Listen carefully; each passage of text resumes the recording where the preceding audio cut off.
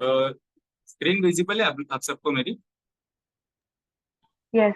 Yes. Okay. और अगर हिंदी में पढ़ाया सबको हिंदी समझ में आती है? Is there anyone who doesn't know Hindi? If I don't understand, I'll tell you. Yeah, please do that. Okay. Yeah, sure. Thank you. So today we are going to cover carbohydrates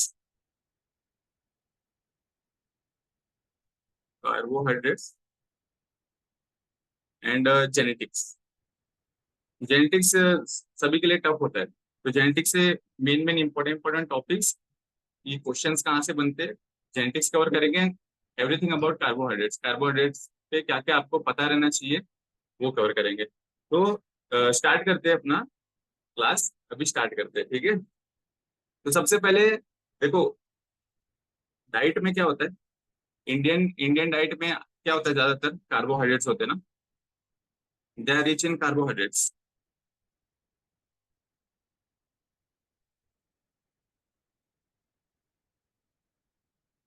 Indian diet are rich in carbohydrates. Example, roti, rice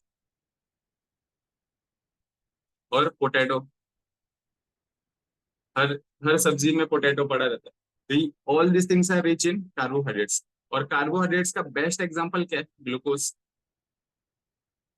glucose is a carbohydrate, है ना।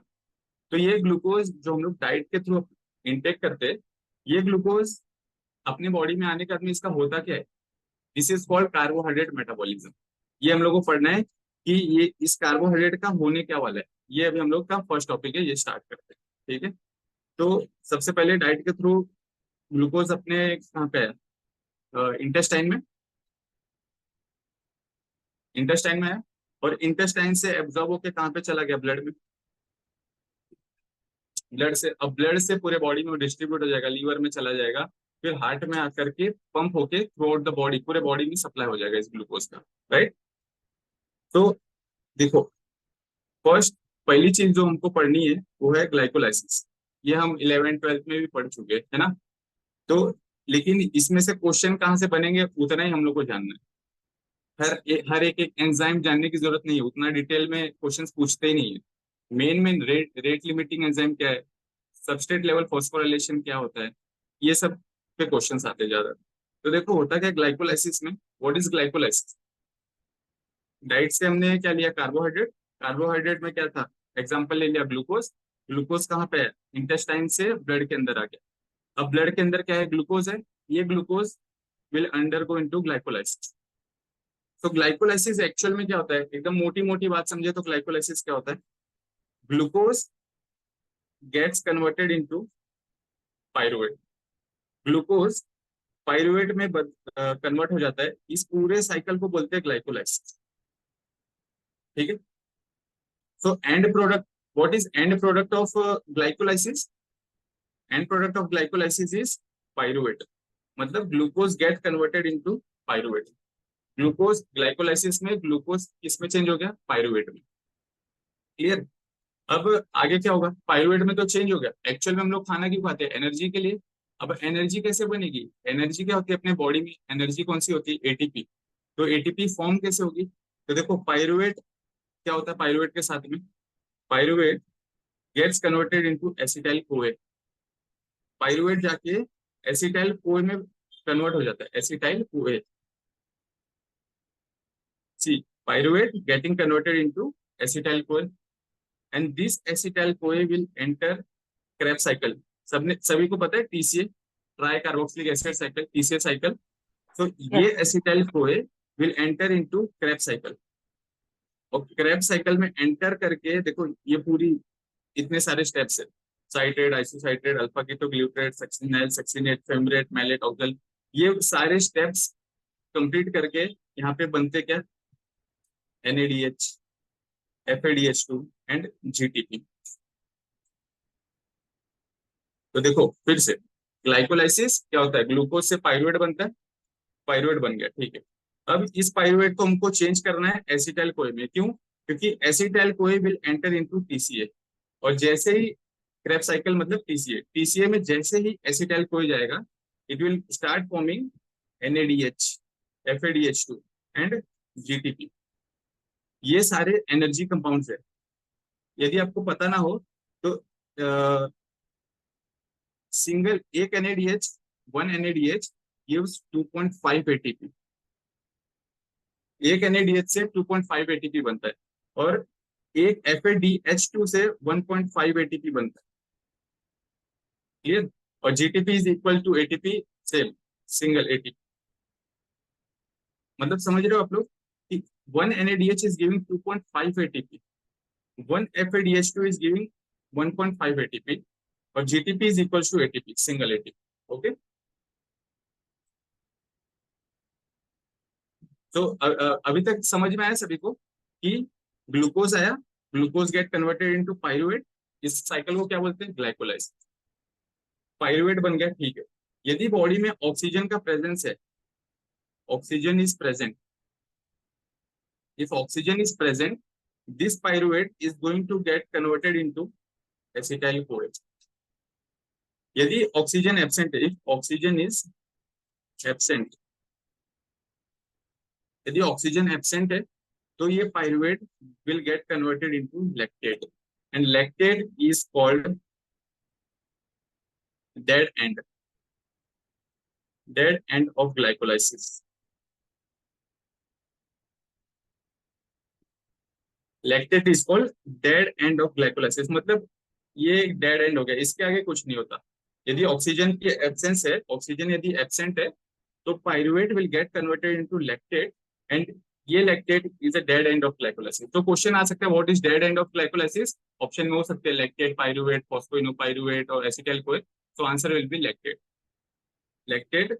और lactate कब बनेगा? Aerobic condition या anaerobic condition में? Oxygen की presence में या ऑक्सीजन की एब्सेंस में? anaerobic. एब्सेंस में। है ना, ऑक्सीजन जब एब्सेंट रहेगा तभी लैक्टेट बनता है। यदि ऑक्सीजन प्रेजेंट है तो this pyruvate will get converted into acetyl कोए। तो देखो सीन क्या है, एसिटाइल कोए is getting is entering into Krebs cycle. Acetyl CoA देखो टीसीए के अंदर एंटर कर रहा है, और ये एसिटाइल कोए बन किससे रहा है? पायरुवेट से। देखो pyruvate is getting converted into acetyl कोए। तो इसका मतलब क्या है? पायरुवेट कहाँ पे फॉर्म हुआ? ग्लाइकोलाइसिस में, पूरा ग्लाइकोलाइसिस है। और ये क्या है? क्रेब्स साइकिल है। तो ग्लाइकोलाइसिस एंड क्रेब्स साइकिल को लिंक करने का काम किसका हो गया? ये एसिटाइल कोए का, है ना। एसिटाइल कोए, ये लिंक है किसके बीच में? ग्लाइकोलाइसिस एंड क्रेब्स साइकिल के बीच में लिंक है। इसके लिए इस रिएक्शन को बोलते हैं लिंक रिएक्शन। लिंक रिएक्शन मतलब क्या? Pyruvate is getting converted into acetyl CoA, and this acetyl CoA will now get enter into TCA, Krebs cycle. So that's why this reaction is called link reaction. आ रही चीजें समझ में आ रही? किसी को doubt यहाँ तक? No. ये लास्ट वाला फिर से एक बार बताओगे क्या? कौन सा? लिंक रिएक्शन एक बार रिपीट लिंक करो। रिएक्शन। ओके, देखो बहुत सिंपल है। ग्लाइकोलाइसिस समझा सभी को? Glucose will get converted into pyruvate. दिमाग में ऐसा बैठा लो, ग्लाइकोलाइसिस मतलब ग्लूकोज पायरुवेट बन गया, ठीक है। अब दो कंडीशन हो सकती है, या तो ऑक्सीजन प्रेजेंट है या तो ऑक्सीजन एब्सेंट। यदि ऑक्सीजन प्रेजेंट है तो ये पायरुवेट लिंक रिएक्शन के अंदर जाके क्या बना देगा? Acetyl CoA. यदि ऑक्सीजन एब्सेंट है तो ये pyruvate will get converted into lactic acid. Lactic acid क्या है? Dead end. Oxygen absent, lactic acid बन गया dead end. Oxygen present, pyruvate will get converted into acetyl CoA, और when pyruvate is getting converted into acetyl CoA, इस reaction को बोलते हैं link reaction. देखो pyruvate is getting converted into acetyl CoA in presence of oxygen, इसको क्या बोलते हैं? Link reaction. इसका नाम लिंक रिएक्शन क्यों है? क्योंकि देखो ग्लाइकोलाइसिस, ये क्या है हमारा? ग्लाइकोलाइसिस, और ये क्या है? टीसीए। तो देखो दोनों के बीच में लिंक कर रहा है ना, इसके लिए इसका नाम है लिंक रिएक्शन। क्लियर? जिसका डाउट था क्लियर हुआ? Yes yes. ओके, अब देखो जो अपना क्रेब साइकिल है, जो टीसीए है, टीसीए में तीन चीजें बहुत इंपॉर्टेंट है। क्या? NADH फॉर्म हो रहा है, FADH2 फॉर्म हो रहा है, FADH2 एंड NADH, दो चीजें फॉर्म हो रही है, और प्लस GTP। तो क्या क्या देखो, एंड में क्रेब्स साइकिल के एंड में क्या क्या मिल रहा है हम लोग को, 3 NADH मिल रहे, एक FADH, 3 NADH कैसे देखो, फर्स्ट, सेकेंड एंड थर्ड। मतलब एक बार एसिटाइल कोए TCA के अंदर आता है तो इट विल फॉर्म, ये देखो इस साइकिल के अंदर जाएगा, ये जो एसिटाइल कोए इस साइकिल के अंदर जाएगा, इस साइकिल का नाम क्या है, क्रेब्स साइकिल TCA। तो इस साइकिल के during there will be formation of 1, 2 and 3, 3 NADH form होता है, and there will be formation of only 1 FADH2। तो देखो 1 FADH2 फॉर्म हो रहा है और 2 कार्बन डाइऑक्साइड, एक यहाँ पे और एक यहाँ पे, 2 कार्बन डाइऑक्साइड। तो TCA, जो TCA साइकिल है, इससे हमें क्या क्या मिल रहा है, कौन कौन सी चीजें मिल रही है। एक तो एक ATP मिल गया, देखो यहाँ पे GTP के फॉर्म में, GTP is equals to ATP almost, एक वो मिल गया। 3 NADH मिल गया, 1, 2 एंड 3, 3 NADH मिल गया, और एक क्या मिल गया, सिंगल FADH2। क्लियर, ठीक। और हमें ये पता है कि single NADH gives how many ATP, 2.5 ATP, single FADH2 gives 1.5 ATP, 1.5 ATP, और GTP is equals to ATP, तो GTP मतलब सिंगल ATP। क्लियर। एक्चुअल में ये NADH ये ATP बनाता कैसे है, जो NADH है, FADH2 है, ये ATP बनाते कैसे। तो एक्चुअल में क्या होता है, ये NADH and FADH2 they will enter into ETC, सुने, electron transport chain, electron transport chain, ETC, electron transport chain क्या होता है। ये जो क्रेब्स साइकिल में 3 कंपाउंड मिल रहे हैं हमें, कौन कौन से, NADH, FADH2 and GTP which is equals to ATP। तो ये जो NADH और FADH2 है ना, NADH and FADH2 they will enter into electron transport chain, ये लोग इलेक्ट्रॉन ट्रांसपोर्ट चेन के अंदर आते हैं। और यहाँ पे आने के बाद में ये देखो NADH आ गया, FADH2 आ गया यहाँ पे, और यहाँ पे लोग रिएक्ट करके एंड में क्या बना देते हैं, ATP। तो this is how ATP is forming in our body. तो हमारी कहानी शुरू कहाँ से हुई थी, ग्लूकोज से, है ना। ये प्यारा सा जो ग्लूकोज है, यहाँ से कहानी शुरू हुई थी, ग्लाइकोलाइसिस के थ्रू इस ग्लूकोज से एंड में क्या बना, पाइरुवेट बना, पाइरुवेट बन गया, और ऑक्सीजन की प्रेजेंस में this pyruvate is getting converted into acetyl CoA, और ये एसिटाइल कोए TC के अंदर है, क्रेब साइकिल के अंदर है, और क्रेब साइकिल के अंदर आके क्या बना दिया, NADH, FADH2 एंड GTP। और हमारी बॉडी ने इस FADH2 एंड NADH को इलेक्ट्रॉन ट्रांसपोर्ट चेन के थ्रू, देखो NADH एंड FADH2 H2 को इसमें बदल दिया, ATP में बदल दिया। और ATP क्या होता है, अपने बॉडी में जो एनर्जी स्टोर होती है, it is stored in the form of ATP। तो देखो ग्लूकोज डाइट हमने खाना खाया और एंड में एनर्जी कैसे बना, तो ये पूरा पाथवे एनर्जी बनने का, ये पूरी एक मोटी मोटी बात है। और अब इसमें के डिटेल हमें पता रहनी चाहिए कि एक्चुअल में MCQs में इनमें से क्या चीज पूछे जाएगी। तो देखो सबसे फर्स्ट चीज ग्लाइकोलाइसिस से स्टार्ट करते हैं, सबसे बेसिक ग्लाइकोलाइसिस। ग्लूकोज है, ग्लाइकोलाइसिस अब सभी के दिमाग में बैठ गया हो, क्या होता है ग्लाइकोलाइसिस, मतलब glucose getting converted into pyruvate, बन पायरुवेट। गया। और पाइरुवेट के बाद में दो दो केस हो सकते हैं, या तो ऑक्सीजन प्रेजेंट है या तो ऑक्सीजन एब्सेंट है। यदि अच्छा। ऑक्सीजन प्रेजेंट है तो पाइरुवेट क्या बन गया, एसिटाइल कोए, ऑक्सीजन एब्सेंट है तो डेड एंड लैक्टिक एसिड बन गया, खत्म, यहाँ पे सब कुछ खत्म। तो glycolysis, glucose getting converted into pyruvate. अब देखो क्या होते हैं, टोटल कितने स्टेप्स है ग्लाइकोलाइसिस में, 10, टोटल 10 स्टेप्स है। शुरू के 5 स्टेप को बोलते हैं इन्वेस्टमेंट। इसमें हमारी बॉडी एनर्जी यूज करती है, अपने बॉडी में जो एनर्जी ऑलरेडी जो स्टोर्ड है, हमारी बॉडी की एनर्जी यूटिलाइज होती है शुरू के 5 स्टेप में। लेकिन आखिर के जो 5 स्टेप्स है, इसमें हमारी बॉडी को इसमें एनर्जी फॉर्म होती है, इसमें ATP फॉर्म होती है, इज फॉर्म, एंड शुरू के 5 स्टेप में ATP इज यूटिलाइज, शुरू के 5 स्टेप में ATP यूटिलाइज हो रहे हैं। तो देखो क्या हो रहा है, glucose gets converted into glucose 6 phosphate, enzyme का नाम क्या है, हेक्सोकाइनेज। हेक्सोकाइनेस, हेक्सोकाइनेस क्यों नाम पड़ गया इसका? क्योंकि ग्लूकोज के पास में कितने कार्बन होते हैं? 6 कार्बन होते हैं। 1 2 3 4 5 6, 6 कार्बन, 6 कार्बन है, इसके लिए इस एंजाइम का नाम क्या पड़ गया? हेक्सोकाइनेस। और एक और एंजाइम होता है, उसका नाम है ग्लूकोकाइनेस। दोनों भाई भाई है, ग्लूकोकाइनेस एंड हेक्सोकाइनेस दोनों भाई भाई है।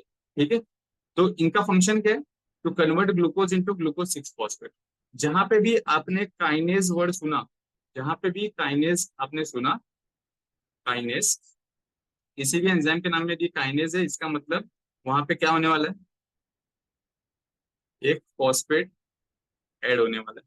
तो देखो, ग्लूकोज बेचारा खाली था, जैसे वो काइनेज के पास में आया, कौन सा काइनेज? हेक्सोकाइनेज, हेक्सो 6 मतलब ग्लूकोज की बात हो रही है, और काइनेज मतलब फॉस्फेट ऐड होने वाला है, तो ग्लूकोज में फॉस्फेट ऐड कर दो 6 कार्बन पे, तो क्या बन गया? Glucose 6 phosphate.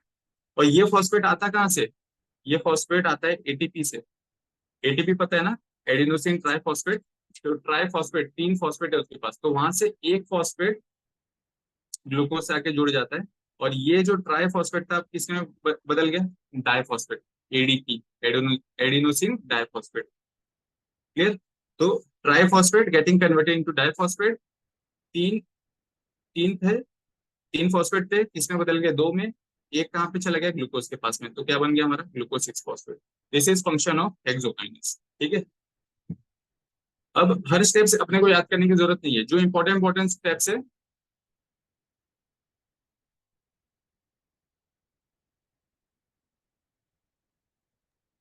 ठीक है।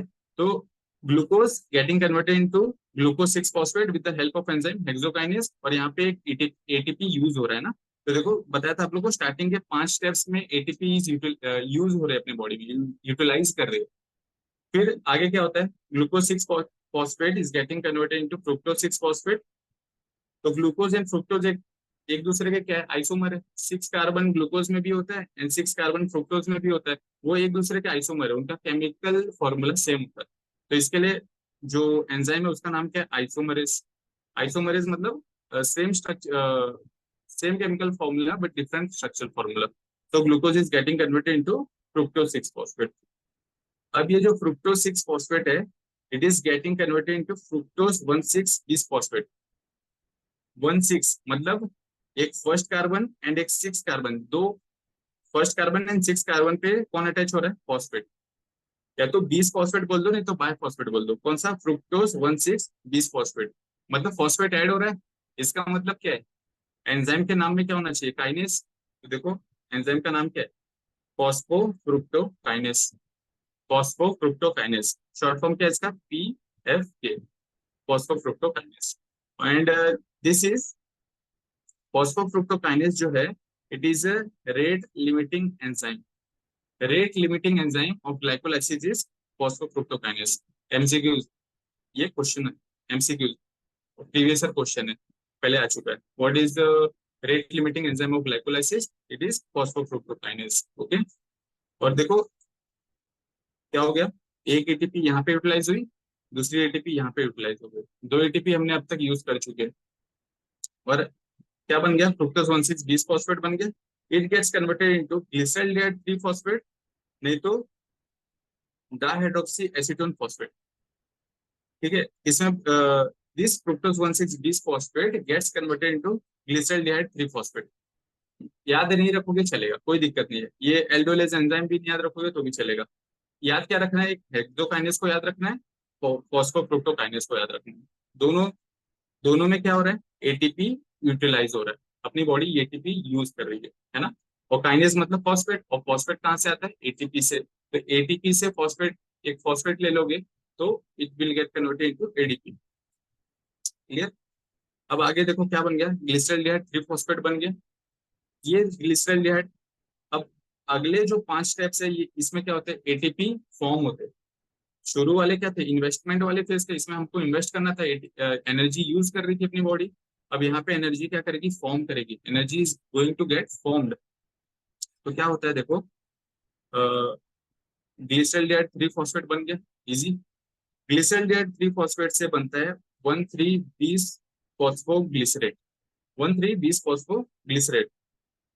ग्लिसरॉल्डिहाइड 3 फॉस्फेट के पास में थर्ड कार्बन पे हाँ देखो, यहाँ पे एक चीज है, ग्लूकोज के पास कितने कार्बन होते हैं? 6 कार्बन। 6 कार्बन। फ्रुक्टोज के पास कितने कार्बन होते हैं? 6 कार्बन। राइट। ग्लूकोज के पास 6 कार्बन एंड फ्रुक्टोज के पास 6 कार्बन, 6 6 कार्बन है, ठीक है। जब ये ग्लिसरॉल्डिहाइड 3 फॉस्फेट बनते हैं, तो ग्लिसरॉल्डिहाइड 3 फॉस्फेट में सिर्फ 3 कार्बन होते हैं, 3 कार्बन। तो मतलब फ्रुक्टोज के पास 6 कार्बन था, अब सिर्फ 3 कार्बन, मतलब क्या है कि 3 कार्बन के 2 कंपाउंड फॉर्म हो सकते हैं, क्योंकि 3 + 3 = 6। यहाँ पे अपना क्या है, 6 कार्बन है। तो मतलब 6 कार्बन है, और ये ग्लिसरॉल्डिहाइड 3 फॉस्फेट जो है, ये तो सिर्फ 3 ही कार्बन का है। तो मतलब two molecules of glyceraldehyde 3 phosphate form होते हैं। एक फ्रुक्टोज 20 फॉस्फेट से 2 ग्लिसरॉल्डिहाइड 3 फॉस्फेट फॉर्म होते हैं। क्यों? क्योंकि सिक्स फ्रुक्टोज 1,6-20 फॉस्फेट के पास कितने कार्बन होते हैं? 6 कार्बन। एंड ग्लिसरॉल्डिहाइड 3 फॉस्फेट के पास में कितने कार्बन होते हैं? 3 कार्बन। तो 6 यहाँ पे 3 है, इसका मतलब हम लोग 2 प्रोडक्ट फॉर्म कर सकते हैं, 2 molecule of glyceraldehyde 3 phosphate form कर सकते हैं। सिंपल।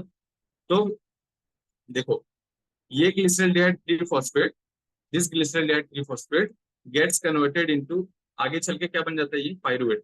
तो पाइरुवेट बनने तक के प्रोसेस के बीच में 2 3 इंपॉर्टेंट स्टेप्स, ठीक है।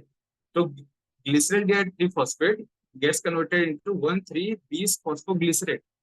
1,3-20 फॉस्फोग्लिसरेट मतलब ग्लिसरॉल्डिहाइड 3 फॉस्फेट, मतलब थर्ड कार्बन पे एक फॉस्फेट था यहाँ पे। अब यहाँ पे 1 और 3, दो, first carbon and third carbon दोनों पे फॉस्फेट आ रहा है, मतलब एक फॉस्फेट वहां पे ऐड हो रहा है। देखो यहाँ पे एक फॉस्फेट ऐड हो रहा है, क्या है? 1,3-20 फॉस्फोग्लिसरेट बन गया हमारा। यहाँ पे जो एंजाइम काम करता है वो है डीहाइड्रोजिनेस। वो है डीहाइड्रोजिनेस। क्यों डीहाइड्रोजिनेस? क्योंकि यहाँ से जो एनएडी होता है ना, NAD, NAD gets converted into NADH. मतलब एक हाइड्रोजन यहाँ से निकल करके इस एनएडीएच के एनएडी के पास चला गया, और क्या फॉर्म हो गया? एनएडीएच। तो हमने क्या किया? ग्लिसरॉल्डिहाइड 3 फॉस्फेट से एक हाइड्रोजन निकाल लिया, और किसको दे दिया? एनएडी को दे दिया। 1 hydrogen is remove from glyceraldehyde 3 phosphate, और किसको दे दिया हमने? एनएडी को। तो क्या फॉर्म हो गया? एनएडीएच फॉर्म हो गया। तो इसके लिए इस एंजाइम का नाम है डीहाइड्रोजिनेस। डीहाइड्रोजिनेस, एक हाइड्रोजन को निकाल दिया, डीहाइड्रोजिनेस। ओके। और यदि किसी को याद हो तो एक एनएडीएच से कितने एटीपी बनते हैं? एनीवन?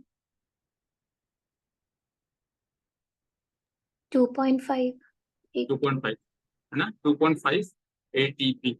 और कोई ये बता सकता है कि ग्लिसरॉल्डिहाइड 3 फॉस्फेट जो फॉर्म हो रहा है, ये सिंगल फॉर्म हो रहा है कि 2 फॉर्म हो रहे हैं? 2 फॉर्म हो रहे हैं। दो दो मॉलिक्यूल्स टू फॉर्म हो रहे हैं ना? कंपाउंड्स। दो टू मॉलिक्यूल्स फॉर्म हो रहे मॉलिक्यूल। हैं। तो इसका मतलब क्या है कि एक मॉलिक्यूल गया, उसने क्या बनाया? 1,3-20 फॉस्फोग्लिसरेट बनाया। तो क्या बन गया वहां से? एक सिंगल मॉलिक्यूल ऑफ एनएडीएच बन गया। फिर same second molecule of second glyceraldehyde 3 phosphate फिर से रिपीट करेगा। ग्लिसरॉल्डिहाइड 3 फॉस्फेट का जो सेकेंड वाला जो मॉलिक्यूल बचा हुआ है, वो फिर से इस स्टेप में जाएगा, और फिर से एक और एनएडीएच फॉर्म करेगा। तो मतलब 2 एनएडीएच फॉर्म होंगे। 2 एनएडीएच फॉर्म होंगे। तो अपने को ये पता है कि सिंगल एनएडीएच से कितनी एटीपी? 2.5 एटीपी। तो 2.5 एटीपी इंटू 2 लिख सकते हैं, मतलब कितना? 5 एटीपी। 5. क्लियर? बस आप लोग याद रखो, इन्वेस्टमेंट फेज में हमने कितने एटीपी यूज कर चुके हैं अभी तक? एनीवन? किसी को याद है? 2 ATP. 2 एटीपी, है ना? 2 टू एटीपी हम एटीपी। लोग यूज कर चुके हैं। 2 एटीपी, 2 एटीपी यूज कर चुके हैं। और यहाँ पे अपना जो लास्ट के जो 5 स्टेप है, इसके फर्स्ट स्टेप में हमने 5 एटीपी गेन भी कर लिया। ये सारा मैथमेटिकल कैलकुलेशन है, एंड में हमको सब याद रखना है, ठीक है। अब नेक्स्ट स्टेप क्या है? देखो, 1,3-20 फॉस्फोग्लिसरेट बन गया, ठीक है। 1,3-20 phosphoglycerate gets converted into 3 phosphoglycerate. यहाँ पे 2 फॉस्फेट थे, 20 फॉस्फेट मतलब 2 फॉस्फेट थे। अब 1 वाला हट गया, बचा क्या? सिर्फ 3। तो जो प्रोडक्ट फॉर्म हुआ उसका नाम क्या है? 3 फॉस्फोग्लिसरेट। Easy, 3 phosphoglycerate. अब यहाँ से एक फॉस्फेट तो निकल गया। तो एक फॉस्फेट जो निकल गया वो क्या करता है? वो एडीपी को किस में कन्वर्ट कर दिया? एटीपी में। तो यहाँ पे एटीपी बन गया। इस एंजाइम का नाम क्या है? फॉस्फोग्लिसरोकाइनेज एंजाइम। इस एंजाइम का नाम याद नहीं रखोगे चलेगा, कोई दिक्कत नहीं। ये डीहाइड्रोजनेस याद रखना, क्योंकि एक हाइड्रोजन निकलता है तो NADH फॉर्म होता है। कौन कौन से एंजाइम से याद रखोगे आप? हेक्सोकाइनेज याद रखो, फॉस्फोग्लूकोकाइनेज याद रखो, एंड डीहाइड्रोजनेस याद रखो। सो हमारा 3 फॉस्फोग्लिसराइड बन गया, और इस प्रोडक्ट से एक फॉस्फेट निकला तो क्या बन गया? ATP निकला। सेम सिंपल, वही 2 मॉलिक्यूल ऑफ ग्लिसरॉल्डिहाइड 3 फॉस्फेट बन रहे थे, 2 मॉलिक्यूल ऑफ ग्लिसरॉल्डिहाइड बन रहे थे, ग्लिसरॉल्डिहाइड 3 फॉस्फेट बन रहे थे। मतलब क्या है कि ये स्टेप 2 बार रिपीट होगा, तो इसका मतलब 2 ATP फॉर्म होंगे, है कि नहीं? आ रहे समझ में? किसी को कोई डाउट यहाँ पे 2 ATP कैसे फॉर्म हो रहे? Got it. आ रहा है ना समझ में? देखो 2 मॉलिक्यूल ऑफ ग्लिसरॉल्डिहाइड 3 फॉस्फेट बन रहे थे, तो ये जो साइकिल नीचे है 2 बार रिपीट होगी ना, 2 बार रिपीट होगी। इसके लिए 2 NADH फॉर्म हो रहे थे, इसके लिए 2 ATP फॉर्म हो रहे थे। सिंपल। अब 3 फॉस्फोग्लिसरेट से आगे क्या बनता है? 2 फॉस्फोग्लिसरेट। ये स्टेप बिल्कुल इंपॉर्टेंट नहीं है, भूल जाओगे तो भी चलेगा। अगला स्टेप है, एंजाइम का नाम क्या है? इनोलेस। क्या करता है? 2 फॉस्फोग्लिसरेट को फॉस्फो इनोपाइरुवेट में चेंज कर देता है। फॉस्फो इनोपाइरुवेट बन रहा है कहाँ से? 2 फॉस्फोग्लिसरेट से। इसके लिए एंजाइम का नाम क्या है? इनोलेस। इनोलेस क्या करता है? फॉस्फो इनोपाइरुवेट बनाता है। इनोलेस फॉस्फो फॉस्फो इनोपाइरुवेट बना रहा है, ठीक है। और लास्ट स्टेप क्या है? फॉस्फो इनोपाइरुवेट से क्या बन गया? पाइरुवेट। और जैसे फॉस्फो इनोपाइरुवेट से पाइरुवेट बनता है, यहाँ से भी एक फॉस्फेट निकलता है, और क्या बन गया? ATP। तो कितने ATP अब तक हमारे बन चुके हैं? इस स्टेप में भी कितने? 2 ATP बने यहाँ पे। सेम इस स्टेप में भी 2 ATP बने, तो टोटल कितने हो गए? 5 9. ATP plus 9. 2 plus 2 equals to 9, है ना? ये लास्ट के 5 स्टेप में कितने ATP बन गए हमारे? 9 ATP। और याद है इन्वेस्टमेंट फेज में कितने ATP हम यूज कर रहे थे? 2 ATP. 2 ATP। तो -2 ATP, तो कितने ATP बने? 7 ATP। 7। तो ग्लाइकोलाइसिस के एंड में जो पाइरुवेट बनता है, यहाँ पे हमें क्या मिलते हैं? 7 ATP मिलते हैं। आया समझ में सभी को? Yes. अब वही फिर से सेम कहानी, या तो ऑक्सीजन प्रेजेंट होगा या तो ऑक्सीजन एब्सेंट होगा। इंपॉर्टेंट है, ऑक्सीजन एब्सेंट होता है तब क्या होता है? ऑक्सीजन एब्सेंट है, pyruvate gets converted into lactate, lactate में बदल गया। और लैक्टेट क्या है? डेड एंड ऑफ ग्लाइकोलाइसिस, इसके आगे कुछ नहीं होता है। लेकिन जब पाइरुवेट लैक्टेट में बदल रहा होता है, उस समय NADH is getting converted into NAD। एक क्वेश्चन है मेरे दिमाग में, कोई आंसर कर सकता है? पाइरुवेट कितने कार्बन का होता है? एनीवन? पाइरुवेट कितने कार्बन का होगा? 3 कार्बन। 2 या 3? 3। 3 कार्बन, राइट, है ना?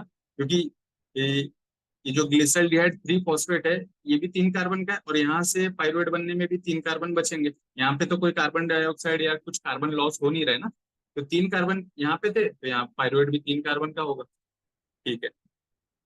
ये 3 कार्बन का पाइरुवेट, तो बताओ एक ग्लूकोज से ग्लाइकोलाइसिस के एंड में कितने मॉलिक्यूल ऑफ पाइरुवेट बनेंगे? How many 2 molecules? pyruvate. 2। 2. तो 2 पाइरुवेट बन गए, करेक्ट। अब ये पाइरुवेट से यदि ऑक्सीजन का एब्सेंस है तो किसमें चेंज हो जाता है? लैक्टिक एसिड, लैक्टेट में चेंज हो जाएगा। और ये लैक्टेट क्या होता है? Dead end of glycolysis. बहुत बार रिपीट कर चुका हूँ, अभी ये तो भूलना नहीं चाहिए। यदि गलती से आ गया MCQs, तो लैक्टेट के बारे में ये तो मार्क कर ही सकते हो यदि ऐसा कुछ क्वेश्चन आ गया तो।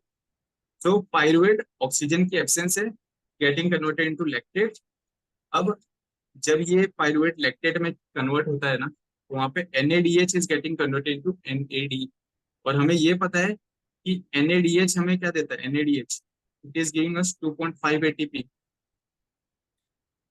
मतलब ये NADH कन्वर्ट हो गया NAD में। मतलब क्या हो रहा है कि 2.5 एटीपी और 2 पाइरुवेट है ना हमारे पास, देखो 2 पाइरुवेट है, so 2.5 multiply by 2 equals to 5 ATP. मतलब जब पाइरुवेट लैक्टिक एसिड में कन्वर्ट होता है तो उस समय 5 एटीपी वो खुद यूटिलाइज कर लेता है, 5 एटीपी वो खुद यूटिलाइज कर लेता है। तो इसका मतलब क्या है, when oxygen is absent, oxygen absent मतलब एनएरोबिक कंडीशन,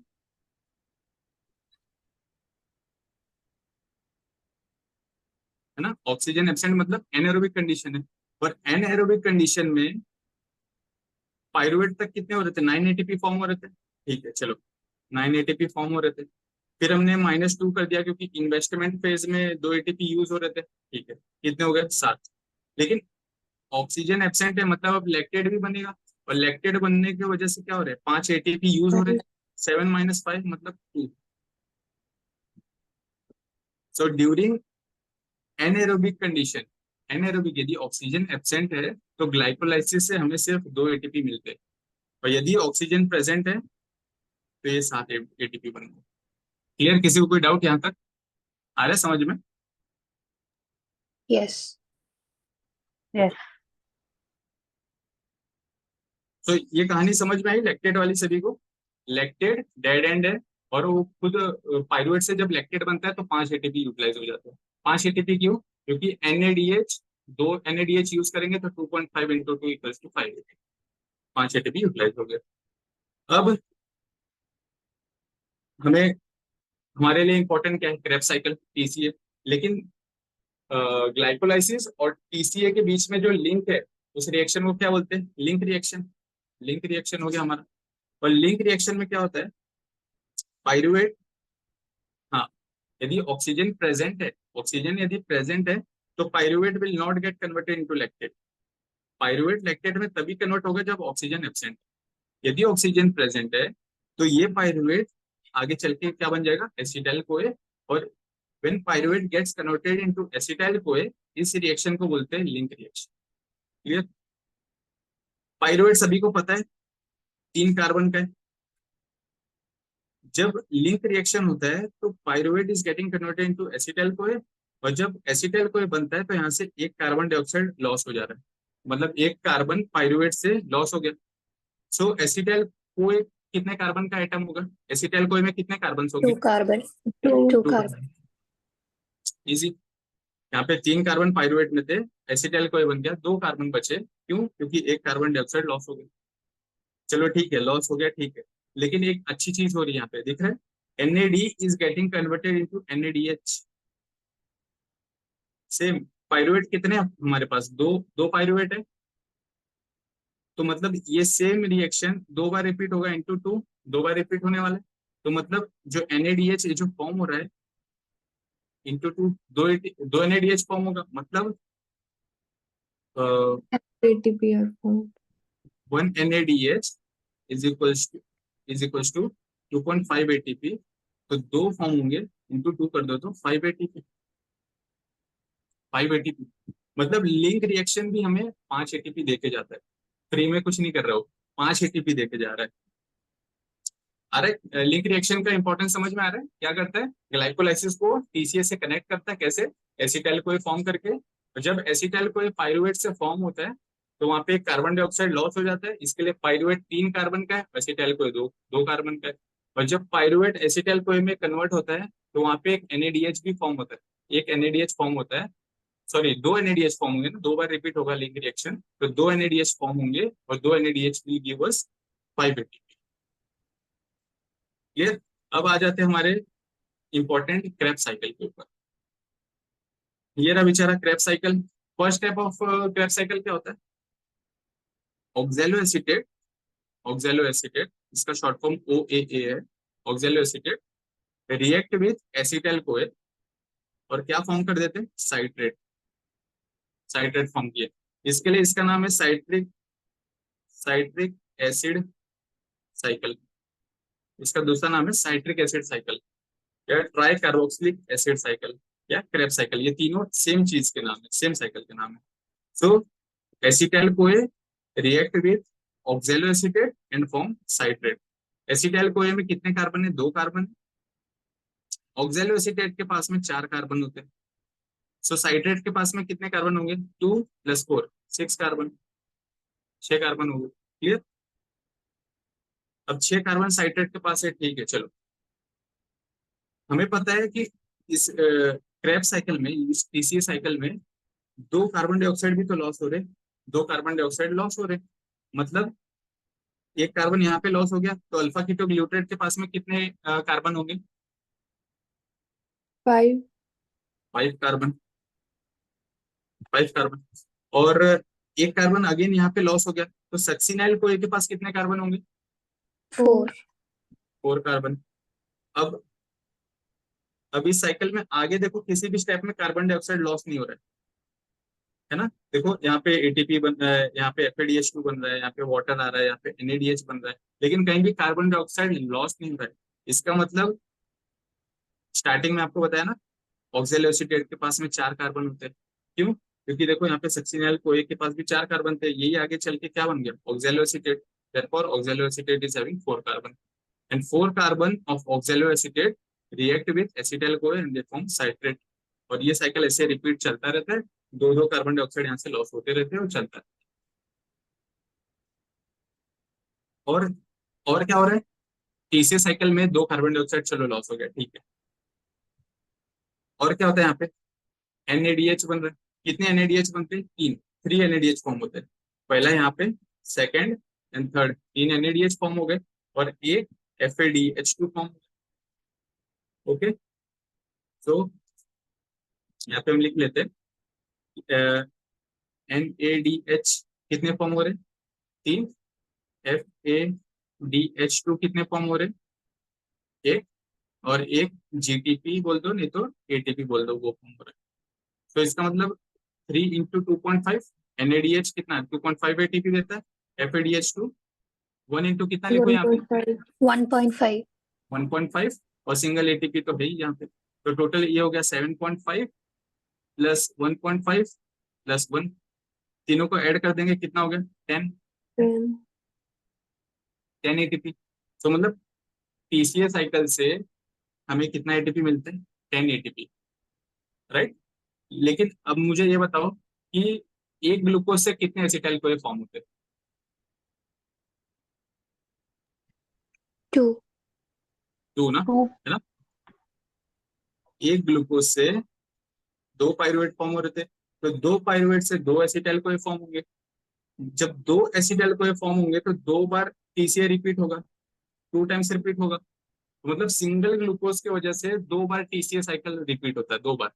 तो मतलब ये जो 10 ATP मिला, ये तो सिर्फ सिंगल एसिटाइल कोए से मिला। तो इसमें मैं क्या कर दूं? इंटू 2 लिख दूं यहाँ पे, करेक्ट है ये?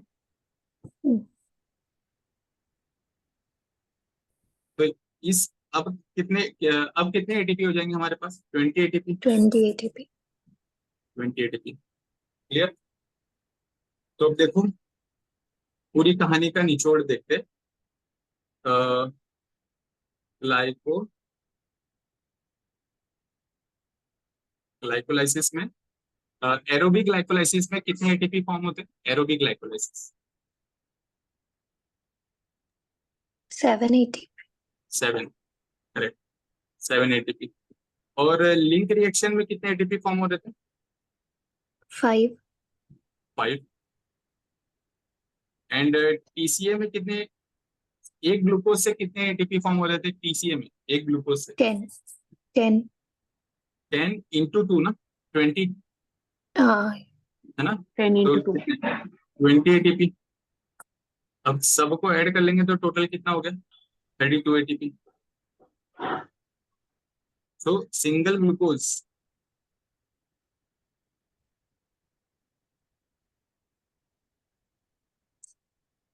एक ग्लूकोज इन सारे रिएक्शन के अंदर जा करके एंड में 32 ATP देता है, 32 ATP। We get 32 ATP from single molecule of glucose.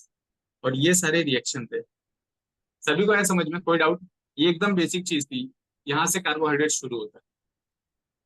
आया समझ में? Yes. yes. ठीक है। अब यहाँ पे क्लिनिकल पॉइंट क्लिनिकल पॉइंट देख लेते हैं।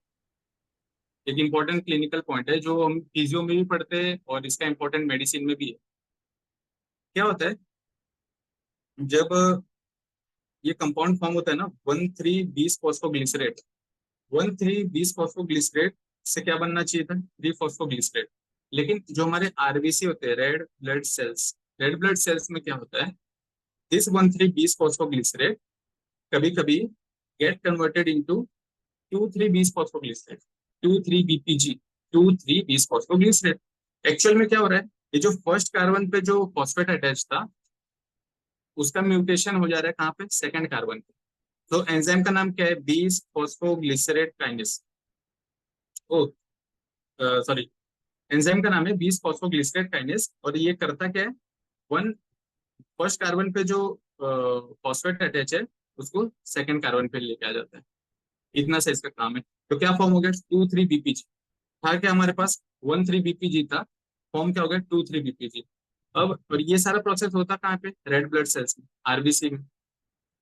तो होता क्या है 2,3-BPG, it is very important for unloading of oxygen from hemoglobin into the tissue and increased 2,3-BPG is seen during aneurysm। मतलब क्या है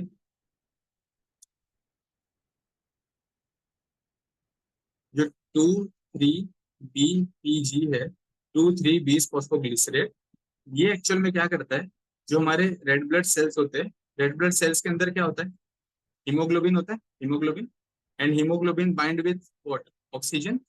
और हीमोग्लोबिन में क्या होते हैं there are 2 alpha chain and 2 beta chain. दो अडल्ट हीमोग्लोबिन के अंदर there are 2 alpha chain and 2 beta globin, 2 alpha globin and 2 beta globin. So ये जो 2,3-BPG है ये क्या करता है हीमोग्लोबिन के पास जो ऑक्सीजन है ना इस ऑक्सीजन को बोलता है कि तू हीमोग्लोबिन को छोड़ के चला जा। ऑक्सीजन अब रिलीज हो गया, डीऑक्सी हीमोग्लोबिन बन गया, मतलब ऑक्सीजन अब हीमोग्लोबिन से टूट के निकल गया। और आपको पता है जैसे ये है हमारी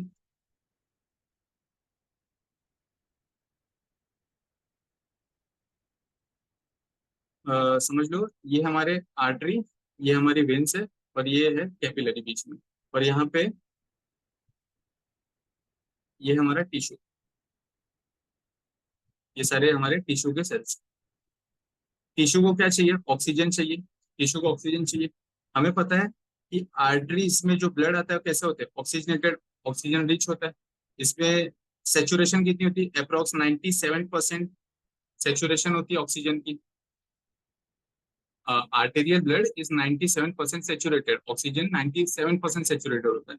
लेकिन वेनस ब्लड कितना परसेंट सेचुरेटेड होता है वेनस वेनस ब्लड को क्या हम लोग बोलते हैं डी ऑक्सीजनेटेड ब्लड बोलते हैं ना। वेन्स के अंदर जो ब्लड होता है उसको बोलते हैं डी ऑक्सीजनेटेड। क्यों क्योंकि यहाँ से जो आर्टरीज से जो ब्लड आ रहा था ऑक्सीजन कैरी कर रहा था यहाँ से ऑक्सीजन टिश्यू ले लेता है थोड़ा बहुत और फिर बाकी का ब्लड आगे चला जाता है।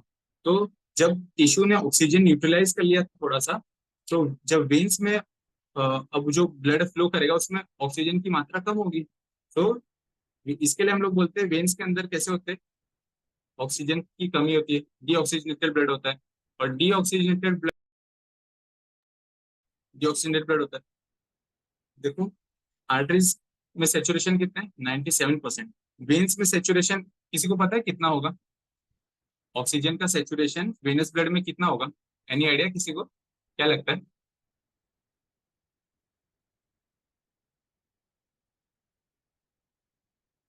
हाँ देखो तो उसका सेचुरेशन होता है वेनस ब्लड का 75%। वेनस ब्लड भी 75% सेचुरेटेड होती है ऑक्सीजन से। लेकिन आर्टरीज ब्लड 97% ऑक्सीजन से सेचुरेटेड होती है, इसके लिए उसको ऑक्सीजनेटेड बोलते हैं और इसको डीऑक्सीजनेटेड बोलते हैं। मतलब क्या हुआ 97 और यहाँ पे आर्टरीज में 97% सेचुरेटेड है ऑक्सीजन एंड वेनस में 75। मतलब क्या हो गया 22% टिश्यू ने यूटिलाइज कर लिया, राइट। अब यदि 2,3-BPG रेड ब्लड सेल्स के अंदर यदि 2,3-BPG का वैल्यू बहुत ज्यादा होगा तो ये क्या करता है हीमोग्लोबिन जो कि ऑक्सीजन से अटैच है, ऑक्सीजन से जो अटैच है हीमोग्लोबिन, ये 2,3-BPG इस हेमोग्लोबिन को ऑक्सीजन से डिटैच कर देता है, अलग कर देता है। और यदि ऑक्सीजन हीमोग्लोबिन से डिटैच हो जाएगा तो tissue will get more and more oxygen, है ना। यदि इस ब्लड में जो हीमोग्लोबिन है जो ऑक्सीजन से बाउंड है, यदि ऑक्सीजन यहाँ से छूट जाए तो टिश्यू ज्यादा ऑक्सीजन यूज कर सकता है, सिंपल। तो इसका मतलब क्या है, 2,3-BPG it is very important for unloading of oxygen from haemoglobin. Haemoglobin से ऑक्सीजन की अनलोडिंग के लिए बहुत इंपॉर्टेंट क्या है, 2,3-BPG। एंड ये हीमोग्लोबिन से जैसे ऑक्सीजन निकलता है कौन ले लेता है, इनटू टिश्यू, टिश्यू यूज कर लेता है। So increase in 2,3-BPG is seen during, 2,3-BPG का लेवल कब बढ़ जाता है अपने आरबीसीज के अंदर, when ever there is anaemia. Anaemia में क्या होता है, हीमोग्लोबिन की कमी हो जाती है, आरबीसी कम होता है। तो मतलब अपनी बॉडी में कैसा कंडीशन है, हाइपोक्सिक कंडीशन है, उसको ऑक्सीजन इनफ नहीं मिल रहा है। तो उसको ज्यादा ऑक्सीजन, टिश्यू को ज्यादा ऑक्सीजन यदि चाहिए तो क्या करता है वो, रेड ब्लड सेल्स के अंदर 2,3-BPG का लेवल इंक्रीज हो जाता है। और जैसे 2,3-BPG का लेवल इंक्रीज हुआ क्या होगा, ज्यादा से ज्यादा ऑक्सीजन फ्री हो जाएंगे और tissue will get more oxygen. So this is important of 2,3-BPG। 2,3-BPG का ये इंपॉर्टेंस था, एक मतलब बेसिक अंडरस्टैंडिंग के लिए इंपॉर्टेंट चीज है ये। 2,3-BPG का इंपॉर्टेंस फिजियोलॉजी में, मेडिसिन में ये इंपॉर्टेंस है उसका। ओके, सेम अनीमिया मतलब हाइपोक्सिक कंडीशन, आरबीसी कम हीमोग्लोबिन कम, अनीमिया मतलब आरबीसी कम हीमोग्लोबिन कम। यदि ये दोनों चीज कम हो गए मतलब ऑक्सीजन का ट्रांसपोर्ट अच्छे से हो नहीं पाएगा, मतलब हाइपोक्सिया। सेम सीओपीडी मतलब, COPD chronic obstructive pulmonary disorder यदि किसी को हो गया तो मतलब क्या, वो अच्छे से इनहेलेशन में उसको प्रॉब्लम होगी, इनहेलेशन एंड एक्सहेलेशन में प्रॉब्लम होगी, तो मतलब फिर से हाइपोक्सिया। एंड हाई एल्टीट्यूड पे यदि कोई पहाड़ी एरिया में चला जाता है, कश्मीर कश्मीर साइड, तो हाई एल्टीट्यूड में already partial pressure of oxygen is less, so all this condition leads to hypoxia. और जैसे हाइपोक्सिया होता है level of 2,3-BPG increases and haemoglobin से ऑक्सीजन टूट टूट के ज्यादा कहाँ चला जाता है, tissue, tissue will get more and more oxygen. So this is importance of 2,3-BPG। 2,3-BPG बहुत इंपॉर्टेंट है। अब देखो क्या होता है, नॉर्मल ग्लाइकोलाइसिस में क्या होता था, 1,3-20 फॉस्फोग्लिसरेट से क्या बनता था, 3-फॉस्फोग्लिसरेट। और इसी स्टेप में एटीपी भी बनता था, इसी स्टेप में एटीपी भी बन रहा था। लेकिन 1,3-20 फॉस्फोग्लिसरेट आरबीसी के अंदर क्या बना दिया, 2,3-BPG बना दिया। और फिर ए 2,3-BPG ने अपना मान लो काम कर दिया, ऑक्सीजन रिलीज हो गया, सब कुछ हो गया, नॉर्मल हो गया। Now again this 2,3-BPG will get converted into 3-फॉस्फोग्लिसरेट। लेकिन यदि सीधे सीधे 3-फॉस्फोग्लिसरेट बनता है तो यहाँ पे हमें एटीपी मिल रहा था। लेकिन घुमा फिरा के यदि 3 बनाओगे तो यहाँ पे नो एटीपी, यहाँ पे कोई एटीपी नहीं बनती है। सो मतलब क्या हुआ, 1,3-20 फॉस्फोग्लिसरेट से 2,3-20 फॉस्फोग्लिसरेट आरबीसी में बना, उसने अपना काम किया, ऑक्सीजन का रिलीज कर दिया टिश्यू में, tissue get more oxygen, so tissue का फंक्शनिंग प्रॉपर हो गया, ठीक है। अब वो तो काम उसने कर दिया, अब 2,3-BPG will get again converted into 3-फॉस्फोग्लिसरेट। अब 3-फॉस्फोग्लिसरेट तो बन गया, 1,3-20 फॉस्फोग्लिसरेट से घुमा फिरा के क्या बना, 3-फॉस्फोग्लिसरेट बना, लेकिन यहाँ पे एटीपी नहीं बना। इस पाथवे को बोलते हैं आरएल शंट, रापापोर्ट ल्यूब्रिंग शंट। इस शंट को बोलते हैं आरएल शंट। आरएल शंट में हमें 0 एटीपी मिलता है, जीरो एटीपी मिलता है। ओके, ये आप लोग याद रखो कि आरएल शंट में कितने एटीपी मिलते हैं, इट इज 0 एटीपी। ये आया समझ में, आरएल शंट आया समझ में सभी को, इसमें कोई डाउट है तो पूछो, यदि ना समझ आया हो तो।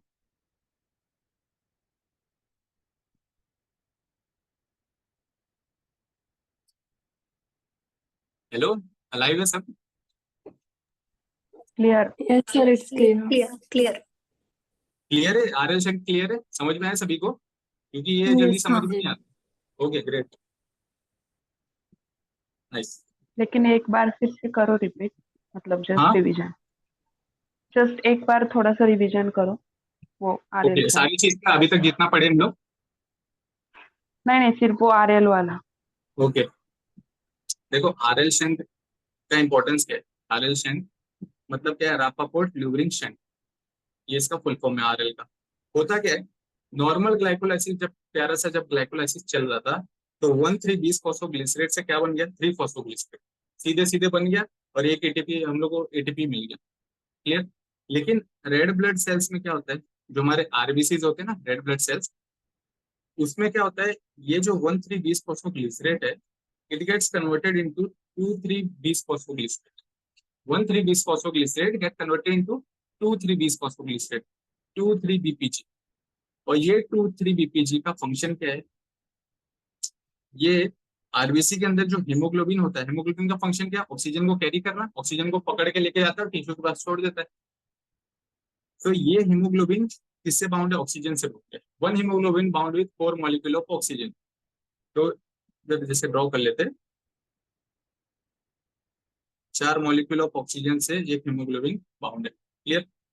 यदि हमारे आरबीसी में 2,3-BPG का फंक्शन क्या है, 2,3-BPG का फंक्शन क्या है, ये आता है यहाँ पे और इस बॉन्ड को तोड़ देता है, हीमोग्लोबिन एंड ऑक्सीजन के बीच वाले बॉन्ड को तोड़ देता है। तो क्या होगा, अब ऑक्सीजन फ्रीली फ्रीली ब्लड में फ्लोट करेगा, और ये फ्री ऑक्सीजन इजीली अपना टिश्यू यूटिलाइज कर लेगा, कोई दिक्कत नहीं है टिश्यू को, उसको मिल गया ऑक्सीजन, उसने यूटिलाइज कर लिया। यदि 2,3-BPG का लेवल इंक्रीज होने लगेगा तो क्या होगा, ज्यादा से ज्यादा फ्री ऑक्सीजन का लेवल इंक्रीज हो जाएगा ब्लड में, और टिश्यू को ज्यादा से ज्यादा ऑक्सीजन मिलेगा। तो यही इंपॉर्टेंस है आरएल शंट का। आरएल शंट में क्या होता है, आरबीसी के अंदर आरएल शंट होता कहाँ पे, रेड ब्लड सेल्स के अंदर 1,3-20 फॉस्फोग्लिसरेट 2,3-BPG में बदल जाता है, एंड 2,3-BPG वही हीमोग्लोबिन से ज्यादा ऑक्सीजन को ब्रेक करके अलग कर देता है, ताकि टिश्यू ज्यादा ऑक्सीजन यूज कर पाए, एंड फिर से वो जब उसका काम खत्म हो जाता है, 2,3-BPG gets converted into 3 phosphoglycerate. और इस स्टेप में ये जो घुमा फिरा के जो 3 फॉस्फोग्लिसरेट एंड में बना, यहाँ पे एक भी एटीपी नहीं बनता, जीरो एटीपी। ठीक है, आया समझ में। यस। Yes. ओके, तो ये कहानी अभी तक पूरी समझ में आई है सभी को। जो हमने यहाँ से स्टार्ट किया था डाइट से एंड कहाँ किया, ये जो एटीपी बनाने में, जो ग्लूकोज हमने खाया था वहां से 32 एटीपी हमने कैसे बनाया, अभी तक ये पूरी कहानी यही यही हमने डिटेल में पढ़ी अभी तक। और कौन कौन से एंजाइम्स याद रखने हैं आप लोग को, this one hexokinase, phosphofructokinase, pyruvate kinase भी याद रखना है, पाइरुवेट काइनेस इंपॉर्टेंट एंजाइम है, एंड डिहाइड्रोजनेस, ये 3-4 एंजाइम बस याद रखना है, और कुछ भी ग्लाइकोलाइसिस में और कुछ याद नहीं रखना है। बस इतना याद रखो, शुरू के 5 स्टेप में 2 एटीपी यूज होते हैं, एंड में 9 एटीपी फॉर्म हो जाते हैं, उसमें से 2 माइनस कर दो तो 7। यदि लैक्टेट बन रहा है, ऑक्सीजन की एब्सेंस है, तो NADH यूज होता है उसमें, तो 5 और माइनस कर दो तो 7 - 5 = 2। मतलब ऑक्सीजन की एब्सेंस में ग्लाइकोलाइसिस सिर्फ 2 एटीपी बनते, ऑक्सीजन की प्रेजेंस हो तो 7 एटीपी बनते। और फिर वही लिंक रिएक्शन में अगेन एक NADH फॉर्म होता है, उससे भी 5 एटीपी मिल जाता है, और TCA 2 बार रिपीट होता है एसिटाइल-CoA से, तो वहां पे भी 20 एटीपी मिल गया। टोटल आपने कर लिया तो 32 एटीपी फॉर्म हो गए। तो अब यहाँ पे इसको एंड करते, ये था मेन कहानी। यदि इतनी चीजें समझ में आई है तो आगे की चीजें आप लोग के लिए इजी हो जाएगी समझने में। किसी को कोई डाउट है क्या, एक बार बस रिप्लाई कर दो, किसी को कोई डाउट है यहाँ तक। No, sir. नो। Sir, हाँ, isomerase is it isomerase another name triphosphodehydrogenase? Because in that PDF it's written isomerase and triphosphodehydrogenase. कहाँ पे बता रहे हैं आप। Fifth step is isomerase and हाँ sixth step is um, triphosphodehydrogenase. हाँ, So fifth ये जो step का product आइसोमरेज क्या है? एंजाइम है ना, ये जो हाँ आइसोमरेज एंजाइम है, ये देखो, ये हाँ जो अपना DHAP जो फॉर्म हो रहा है, और ये क्या है, ग्लिसरॉल 3 फॉस्फेट को शॉर्ट फॉर्म में PGAL लिखते हैं, एंड ये जो डी हाइड्रोक्सी एसीटोन फॉस्फेट है, इसको शॉर्ट फॉर्म में DHAP लिखते हैं। तो PGAL एंड DHAP दोनों तीन थ्री कार्बन के होते हैं, थ्री कार्बन, और ये दोनों एक दूसरे के आइसोमर होते हैं, ये एक दूसरे में कन्वर्ट होते रहते हैं। इसके लिए यहाँ पे जो Okay. एंजाइम लगता है, इस एंजाइम का नाम है isomerase. Okay. Okay, sir. Okay, so fifth Thank step में ये जो एक दूसरे के आइसोमर होते हैं, इसके लिए एंजाइम का नाम है आइसोमरेस। लेकिन सिक्स स्टेप में डिहाइड्रोजनेस लगता है। you. Okay, sir. Thank you. Okay, ये पूरी कहानी समझ में आई है? किसी को कोई डाउट यहाँ तक? यदि यहाँ पे भी डाउट है तो भी पूछो, क्योंकि इसके आगे की कहानी सब इसी पे बेस्ड है।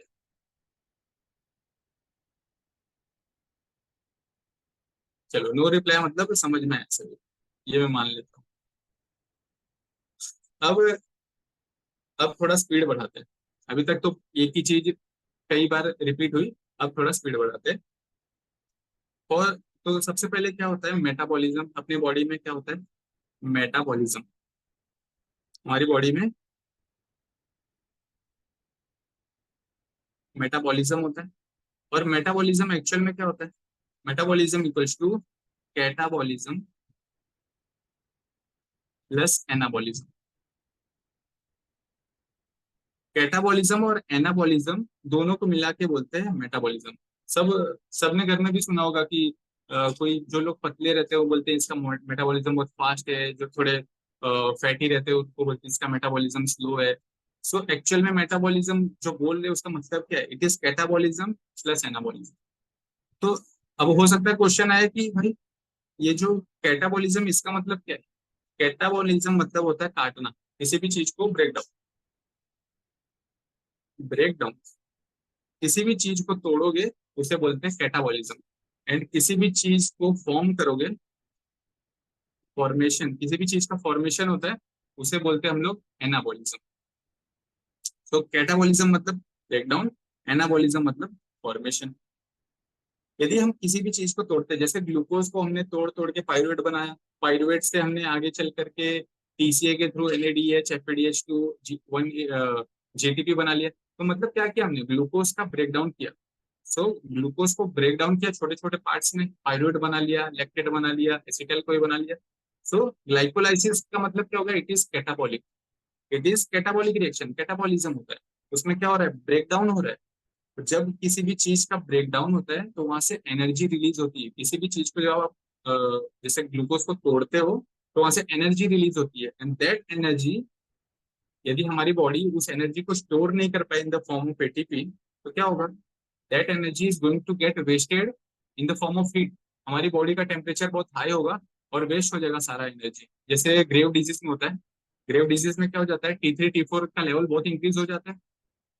अपनी जो थायराइड हार्मोन है T3 T4 बहुत इंक्रीज हो जाते हैं। वो अपनी मेटाबॉलिज्म बॉडी का फास्ट कर देते हैं। जब मेटाबॉलिज्म बॉडी का फास्ट होता है, ज्यादा ब्रेक डाउन होने लगता है, चीजों का ब्रेक डाउन ज्यादा होने लगता है। तो इसके लिए ग्रेव डिजीज के पेशेंट को जब आप टच करोगे तो उनका टेम्परेचर हमेशा ऐसा लगेगा कि उनको बुखार है। एक्चुअल में बुखार नहीं है, एक्चुअल में उनका मेटाबॉलिज्म हाई है। मेटाबॉलिज्म क्यों हाई है? T3 T4 का फंक्शन ये भाई मेटाबॉलिज्म, अपनी बॉडी का मेटाबॉलिज्म मेंटेन करना। तो उसमें क्या हो रहा है? उसकी बॉडी कैटाबॉलिक स्टेट में ज्यादा ब्रेक कर रही है चीजों को, जो भी वो खा रहा है फटाफट ब्रेक होते जा रही है। तो जब ब्रेक होते जाएगी तो सीधी सी बात है एनर्जी फॉर्म होगा। यदि वो एनर्जी एक्सेसिव, बहुत जैसे ग्रेव डिजीज में बहुत ज्यादा एनर्जी फॉर्म हो जाती है एक ही समय पे, तो वो बॉडी अपनी स्टोर नहीं कर पाती इन द फॉर्म ऑफ एटीपी। तो इसके लिए उसके बॉडी का टेम्परेचर बढ़ा हुआ रहता है और हमें लगता है उसे बुखार है। एक्चुअल में बुखार नहीं है, मेटाबॉलिज्म उसका इंक्रीज हो गया है। क्लियर?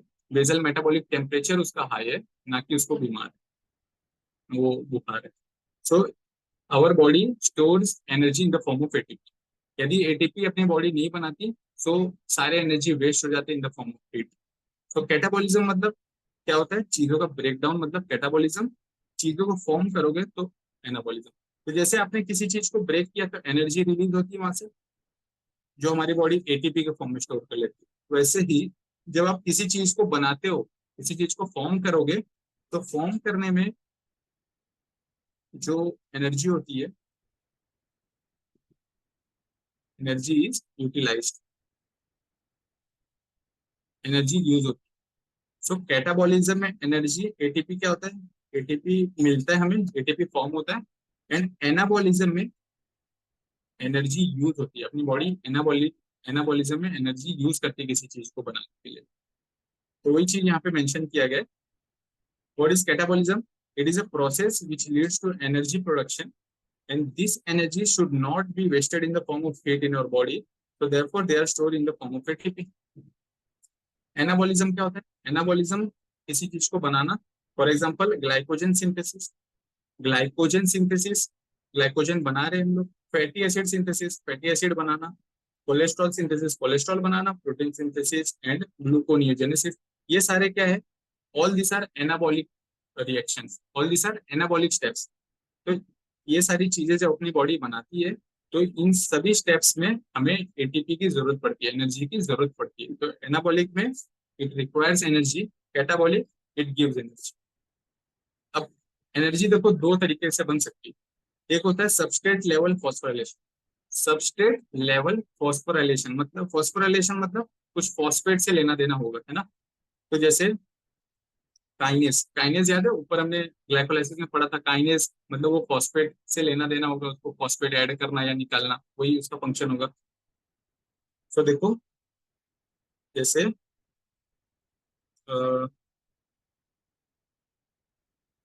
ये स्टेप ले लेते हैं, फॉस्फोइनोपाइरुवेट से क्या बनता था? पाइरुवेट बनता था। एंजाइम का नाम क्या था? Pyruvate kinase. क्या फॉर्म हो गया? एटीपी। तो देखो एक ही स्टेप है, फॉस्फोइनोपाइरुवेट से पाइरुवेट बन गया, और जब पाइरुवेट बना तो उसने क्या बना दिया? ATP. ADP gets converted into ATP just in single step. तो इसको बोलते हैं substrate level phosphorylation. Substrate level phosphorylation मतलब सिर्फ सिंगल स्टेप में भी एटीपी किसी ने बना दिया, तो उसको बोलते हैं हम लोग सबस्ट्रेट लेवल फॉस्फोराइलेशन। सो सबस्ट्रेट लेवल फॉस्फोराइलेशन मतलब सिर्फ एक सिंगल स्टेप में एटीपी बना देना। इट ऑकर्स इन ग्लाइकोलाइसिस में होता है, टीसीए में भी होता है, and creating kinase in muscle. Oxidative phosphorylation मतलब, ऑक्सीडेटिव फॉस्फोराइलेशन ऑक्सीडेटिव फॉस्फोराइलेशन में एंजाइम होता है डिहाइड्रोजनेस। ऑक्सीडेटिव फॉस्फोराइलेशन मतलब होता है हमारा लिंक रिएक्शन। लिंक रिएक्शन का ही दूसरा नाम है सॉरी इलेक्ट्रॉन ट्रांसपोर्ट चेन, जो है हमारा ईटीसी, इलेक्ट्रॉन ट्रांसपोर्ट चेन, इसी का दूसरा नाम है ऑक्सीडेटिव फॉस्फोराइलेशन। ऑक्सीडेटिव फॉस्फोराइलेशन क्यों? क्योंकि यहाँ पे ऑक्सीजन की जरूरत पड़ती है, और ऑक्सीजन की यूज होकर के एक फॉस्फेट ऐड करके हमने एटीपी बनाया, इसके लिए इसको बोलते हैं oxidative phosphorylation. So electron transport chain is also called oxidative phosphorylation. ठीक है, तो इसमें हो क्या रहा है? देखो NADH आ रहा है, FADH2 आ रहा है, सब कहाँ से आ रहे हैं? टीसीए साइकिल से आ रहे हैं लोग। और इसके बाद में इतने सारे स्टेप्स हो रहे, first second third fourth step में जाके एंड में क्या बन रहा है? एटीपी। तो ये हो गया हमारा एग्जांपल। इसको हम लोग सबस्ट्रेट लेवल फॉस्फोराइलेशन ही बोलते हैं। सबस्ट्रेट लेवल फॉस्फोराइलेशन मतलब क्या था? ग्लाइकोलाइसिस का एग्जांपल ले लो, सिंगल स्टेप में फॉस्फोइनोपाइरुवेट से पाइरुवेट बना दिया, एक स्टेप में एटीपी बन गया, इसको बोलते हैं substrate level phosphorylation. Oxidative phosphorylation में ईटीसी में NADH FADH2 आ रहे हैं, फिर वो 3-4 स्टेप्स हो रहे हैं, एंड में एटीपी बन रहे हैं, इसके लिए this is not oxidative phosphorylation, is not substrate level phosphorylation. Oxidative phosphorylation में 3-4 स्टेप्स के बाद में एटीपी बनते हैं। Okay, and so catabolism and anabolism, बस ये बेसिक चीज थी, दोनों को मिला के क्या बोलते हैं? मेटाबॉलिज्म। अब एक चीज है एम्फीबोलिक pathway. What is amphibolic pathway? ये भी प्रीवियस ईयर क्वेश्चन है। एम्फीबोलिक पाथवे क्या होता है? एम्फीबोलिक पाथवे ऐसा होता है विच इज एनाबॉलिक भी हो, कैटाबॉलिक भी हो।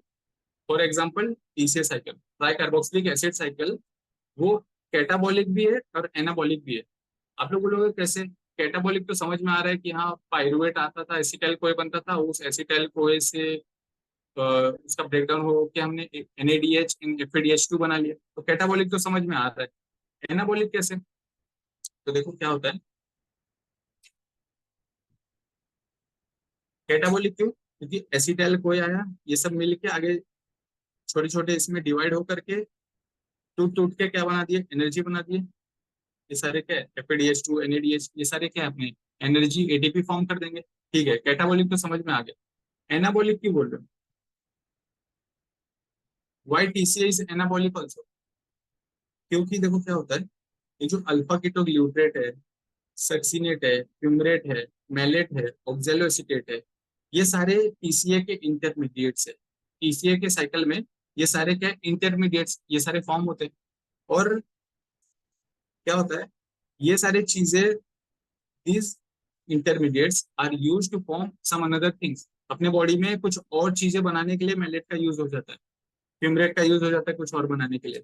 सो मतलब एक तो ये तो कैसा है, कैटाबॉलिक प्रोसेस तो है ही क्रेब्स साइकिल, प्लस इनके जो इंटरमीडिएट्स है they are use to form something. और किसी चीज को बनाना मतलब क्या होता है, anabolism.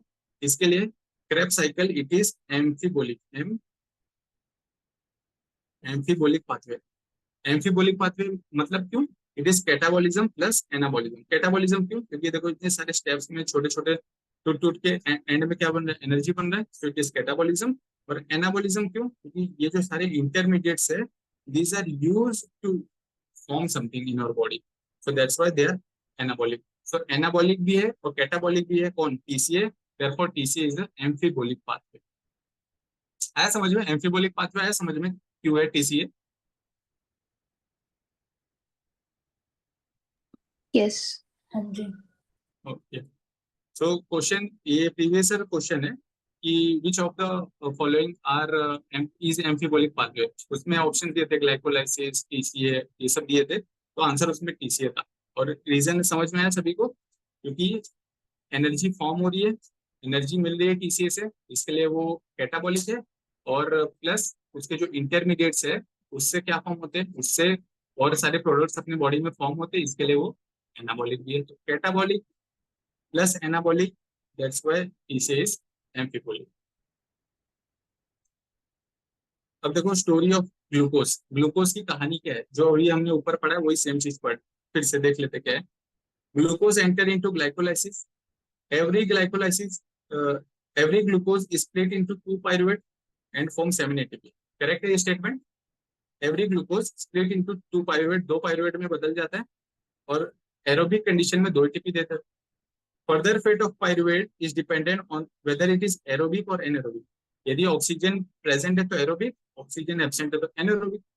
So in anaerobic condition, lactate dehydrogenase convert pyruvate into lactate। Pyruvate से लैक्टेट बन जाता था ऑक्सीजन की कमी में, तो इसमें सिर्फ हमें 7 - 5 2 ATP मिलते थे, तो 2 ATP मिल गए। In aerobic condition pyruvate dehydrogenase converts, aerobic condition यदि ऑक्सीजन प्रेजेंट है तो क्या होता है, pyruvate gets converted into acetyl CoA. देखा हमने इस रिएक्शन को क्या बोलते हैं, when pyruvates get converted into acetyl CoA, इस रिएक्शन को क्या बोलते हैं, Link reaction. Link reaction. Link reaction, और इसमें क्या फॉर्म होता है, 5 ATP. 5 ATP। Actually 5 ATP form होते हैं। सो pyruvate get converted to acetyl CoA, and every conversion of pyruvate to acetyl CoA provides 1 NADH, and 1 NADH gives 2.5 ATP, so into 2 5 ATP equivalent। Clear? Every acetyl CoA enters into TCA। Now link reaction के end में क्या बन गया, acetyl CoA बन गया। अब ये acetyl CoA will enter into TCA cycle and is converted into 2 carbon dioxide, 2 carbon dioxide waste हो जाते हैं, and every TCA cycle provides 10 ATP। एक एसिटाइल कोए ऑक्सैलो एसीटेट से रिएक्ट करके पूरे साइकिल जब होती है तो वहां से 2 कार्बन डाइऑक्साइड लॉस हो जाते हैं, और क्या बनते हैं, 3 NADH बनते हैं, एक FADH2 बनता है और एक GTP, जो ATP बोल सकते हो। तो totally glucose on complete oxidation provides 32 ATP। ये सेम कहानी जो हमने यहाँ पे देखी है, ये सेम कहानी पूरी यहाँ पे बस इंग्लिश में लिखी हुई। अब देखो एक इम्पोर्टेंट मतलब कंफ्यूजिंग चीज है, जैसे NADH एंड NADPH। NADH और NADPH ये दो चीज काफी कंफ्यूजिंग है, ऐसा लगता है कि एक ही चीज है लेकिन है एक्चुअल में दोनों अलग चीज। NADH कहाँ पे फॉर्म होता है, अपने ग्लाइकोलाइसिस में फॉर्म होता है, लिंक रिएक्शन में फॉर्म होता है, और कहाँ फॉर्म होता है, TCA में फॉर्म होता है। देखो glycolysis, TCA and link reaction में भी फॉर्म होता है। So this NADH enters into ETC, electron transport chain, and act as a source of ATP। So NADH energy, basically NADH is energy, वो ATP में convert होकर हमारी body को energy देता है NADH। बट NADPH एनर्जी नहीं देता। NADPH it is formed in HMP shunt, hexose monophosphate pathway. इसका फुल फॉर्म है हेक्सोस मोनोफॉस्फेट पाथवे। या पेंटोज फॉस्फेट पाथवे, पीपीपी। दो नाम है सेम चीज का, एचएमपी शंट बोल दो, नहीं तो पेंटोज फॉस्फेट पाथवे बोल दो। इस इस साइकिल के अंदर क्या होता है, NADPH फॉर्म होता है, और ये NADPH अपने बॉडी के लिए बहुत इंपॉर्टेंट है। ये एनर्जी प्रोवाइड नहीं करता। एनर्जी प्रोवाइड कौन करता है? NADH energy NADH। प्रोवाइड करता है, लेकिन NADPH एनर्जी प्रोवाइड नहीं करता। ये क्या करता है देखो, it is use in reductive biosynthesis of lipid. ठीक है, यदि ये याद नहीं रखोगे चलेगा, कोई दिक्कत नहीं। लेकिन सेकंड पॉइंट, रीजनरेट्स ग्लूटाथियोन, ये बहुत इंपॉर्टेंट है। इसका इसका इंपॉर्टेंस आपको पैथोलॉजी में भी समझने मिलेगा, और मेडिसिन में भी इसका इंपॉर्टेंस है। कैसे देखो, क्या करता है NADPH, क्या करता है, इट रीजनरेट्स ग्लूटाथियोन। मतलब क्या है देखो, ये पता है किसी को ना? RBC हो गया, red blood cells. Red blood cells का फंक्शन क्या है? ऑक्सीजन कैरी करना, ऑक्सीजन कैरी करना। और हमें पता है कि ऑक्सीजन से ही सुपर ऑक्साइड बनता है, O2 minus, super oxide. And इसी को क्या बोलते हैं, फ्री रेडिकल। ऑक्सीजन से क्या बनता है, सुपर ऑक्साइड। सुपर ऑक्साइड को क्या बोलते हैं, फ्री रेडिकल। और free radical it is dangerous, dangerous for our cells. ये हमारे सेल्स के लिए बहुत डेंजर है भाई। सुपर ऑक्साइड हमारे सेल्स के लिए खतरा है एक तरह का। क्यों? क्योंकि ये जो फ्री रेडिकल्स है, ये क्या करते हैं, सेल मेम्ब्रेन को डैमेज करते हैं, सेल मेम्ब्रेन को डैमेज करते हैं। लेकिन ऐसा हमारे बॉडी में ऐसा हो नहीं पाता। क्यों नहीं हो पाता? क्योंकि हमारे बॉडी में प्रेजेंट है GSH। GSH मतलब है ग्लूटाथियोन। ग्लूटाथियोन, ग्लूटाथियोन का फंक्शन क्या है, ये जो ऑक्सीजन है, ये जो ऑक्सीजन है ना, इसको फ्री रेडिकल में चेंज होने ही नहीं देता। कैसे? ये ऑक्सीजन GSH जो ग्लूटाथियोन है, ये लोग रिएक्ट करते हैं और क्या बनाते हैं, H2O2, हाइड्रोजन पर ऑक्साइड। हाइड्रोजन पर सॉरी, ये जो ऑक्सीजन है हमारे बॉडी में, ये फ्री रेडिकल नहीं बन पाता। This oxygen reacts and they form H2O2। ये ऑक्सीजन H2O2 फॉर्म कर दिया। H2O2 मतलब hydrogen peroxide. This hydrogen peroxide it is also dangerous for our cells. ये हमारे सेल्स के लिए भी डेंजर, खतरे की बात है। ये ऑक्सीजन क्या कन्वर्ट हो गया H2O2 में। अब ये H2O2 हमारे ग्लूटाथियोन के साथ रिएक्ट करेगा। This glutathione will react with this hydrogen peroxide, और क्या फॉर्म कर देंगे देखो, हाइड्रोजन पेरोक्साइड एंड ग्लूटाथियोन दोनों रिएक्ट करके क्या बना दिए, H2O2, वाटर बना दिए। Sorry H2O, two molecules of H2O, water बना दिए। और वाटर हमारे सेल्स के लिए हार्मफुल नहीं है, सिंपल। लेकिन हाइड्रोजन पेरोक्साइड तो हार्मफुल था, तो हाइड्रोजन पेरोक्साइड को किस में चेंज कर दिया ग्लूटाथियोन ने, नॉर्मल वाटर में। और ये वाटर हार्मफुल नहीं है, तो इसने अपने जो दोनों हाइड्रोजन है, ये दोनों हाइड्रोजन यहाँ पे दे दिए। तो और खुद कैसा हो गया, वो खुद ऑक्सीडाइज हो गया। मतलब ये जो ग्लूटाथियोन था, इसके पास हाइड्रोजन था। हाइड्रोजन मतलब क्या था, it is in reduce, reduction बोलते हैं ना, हाइड्रोजन कहाँ पे प्रेजेंट होता है उसको रिडक्शन बोलते हैं। तो this glutathione it is in reduced form. जब इसने हाइड्रोजन दे करके वाटर बना दिया, it gets converted into oxidise, oxidise form में हो गया। अब अगेन दिस ऑक्सीडाइज फॉर्म, इसके पास में देखो हाइड्रोजन की एब्सेंस। ग्लूटाथियोन के पास क्या होता है, GSH। इसने जब हाइड्रोजन इस H2O2 के दे दिया, तो ये खुद क्या बन गया, ऑक्सीडाइज। अब इसके पास हाइड्रोजन की कमी है। ये हाइड्रोजन जो होता है, ये जो हाइड्रोजन है, ये हाइड्रोजन आता है NADPH से। तो this is importance of NADPH। NADPH क्या करता है, रीजनरेट्स GSH मतलब ग्लूटाथियोन। तो देखो, ये जो ऑक्सीडाइज ग्लूटाथियोन है, इसको अगेन रिड्यूस करके फिर से ग्लूटाथियोन बना देता है, रिड्यूस ग्लूटाथियोन। और फिर से ये जो रिड्यूस ग्लूटाथियोन है, ये अपने सेल मेम्ब्रेन को डैमेज होने से बचाता है। यदि ग्लूटाथियोन नहीं होता तो क्या होता, फॉर एग्जाम्पल मान लो NADPH नहीं है, NADPH यदि एब्सेंट है, तो ये अपना रिड्यूस फॉर्म ऑफ ग्लूटाथियोन बन पाएगा क्या, नहीं बन पाएगा। तो जब ग्लूटाथियोन नहीं होगा, तो H2O2 will not get converted into water, water नहीं बन पाएगा। This H2O2 hydrogen peroxide is harmful and may lead to haemolytic anaemia. ये इस सेल को डैमेज करेगा और डैमेज करने की वजह से हीमोलाइसिस हो जाएगा and this will lead to haemolytic anaemia. RBC का ब्रेकडाउन हो गया और हिमोलाइटिक एनीमिया हो गया। और ये पता है हमें एनएडीपीएच कौन से पाथवे में बनता है? एचएमपी शंट, एचएमपी शंट है ना, यहाँ पे हमने पढ़ा NADPH it is formed in HMP shunt pathway. इसी का दूसरा नाम क्या है? पेंटोज फॉस्फेट पाथवे, PPP बोल सकते हो। इसका एक मेन एंजाइम होता है, उसको हम बोलते हैं G6PD। सुना आपने G6PD डिफिशियंसी एनीमिया? तो देखो एक्चुअल में क्या होता है, glucose 6 phosphate, glucose 6 phosphate gets converted into ribulose 5 phosphate. ये इस पाथवे को बोलते हैं हम HMP shunt. This is HMP shunt. HMP नहीं तो हेक्सोस मोनोफॉस्फेट पाथवे ऐसा बोलते हैं। तो एंड में क्या होता है, राइबोलोज 5 फॉस्फेट बनता है, ग्लूकोज 6 फॉस्फेट। ये सब याद रखने की कोई जरूरत नहीं है। आपको याद क्या रखना है? हाँ, NADPH देखो फॉर्म हो रहा है यहाँ पे, ठीक है, NADPH फॉर्म हो गया भाई।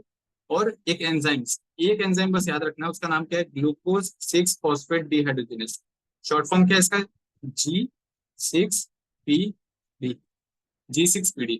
यदि G6PD की मान लो डिफिशियंसी हो गई तो ग्लूकोज 6 फॉस्फेट से राइबोलोज 5 फॉस्फेट नहीं बन पाएगा, ये सारे स्टेप्स नहीं होंगे, राइट। जब ये सारे स्टेप्स नहीं होंगे तो NADPH फॉर्म हो पाएगा क्या? नहीं होगा ऑब्वियसली। जब G6PD की डिफिशियंसी हो गई, ये कमी हो गई, तो NADPH ये जो बन रहा है नहीं बन पाएगा। जब NADPH नहीं बनेगा तो क्या होगा? ये NADPH यदि नहीं बनेगा तो क्या होगा? ये जो ऑक्सीडाइज ग्लूटाथायोन है ये फिर से रिड्यूस फॉर्म में हो सकता है क्या? नहीं हो सकता। So hydrogen peroxide level will start increasing in our red blood cells, और ये क्या करेंगे? अपने सेल्स को डैमेज करेंगे और it will lead to haemolytic anaemia. इसके लिए G6PD डिफिशियंसी एनीमिया में क्या होता है? Haemolytic anaemia. आए ये कहानी आई समझ में G6PD वाली? Yes. ओके, कोई डाउट? ये NADPH में किसी को डाउट है कोई? क्योंकि इंपॉर्टेंस है, इस पे क्वेश्चन आए हुए प्रीवियस क्वेश्चन है। NADPH की इंपॉर्टेंस आपको आ रही है समझ में? Yes. हाँ. सभी को? हाँ. ओके, तो फिर से एकदम शॉर्ट में, NADPH फॉर्म कहाँ पे होता है? HMP shunt. HMP शंट का दूसरा नाम क्या है? PPP. PPP. PPP है ना, PPP. Pentose phosphate pathway. और इस पाथवे में क्या फॉर्म होता है हमारे लिए इंपॉर्टेंट क्या है? NADPH। और यदि और इंपॉर्टेंट एंजाइम, वो एंजाइम कौन सा था? G6PD. G6PD। G6PD की यदि डिफिशियंसी हो गई तो हमारे लिए NADPH बन पाएगा? नहीं बन। जब नहीं. NADPH नहीं बनेगा तो क्या होगा? हाइड्रोजन पेरोक्साइड का Hemolytic लेवल anemia. इंक्रीज हो जाएगा और ये क्या करेगा? It will lead to Hemolytic anemia. Hemolytic haemolytic anemia. Anaemia, है ना। तो हम पढ़ते हैं ना G6PD डिफिशियंसी एनीमिया, एक्चुअल में होता क्या है? ये हम्म. होता है G6PD डिफिशियंसी की वजह से ऐसे एनीमिया होता है।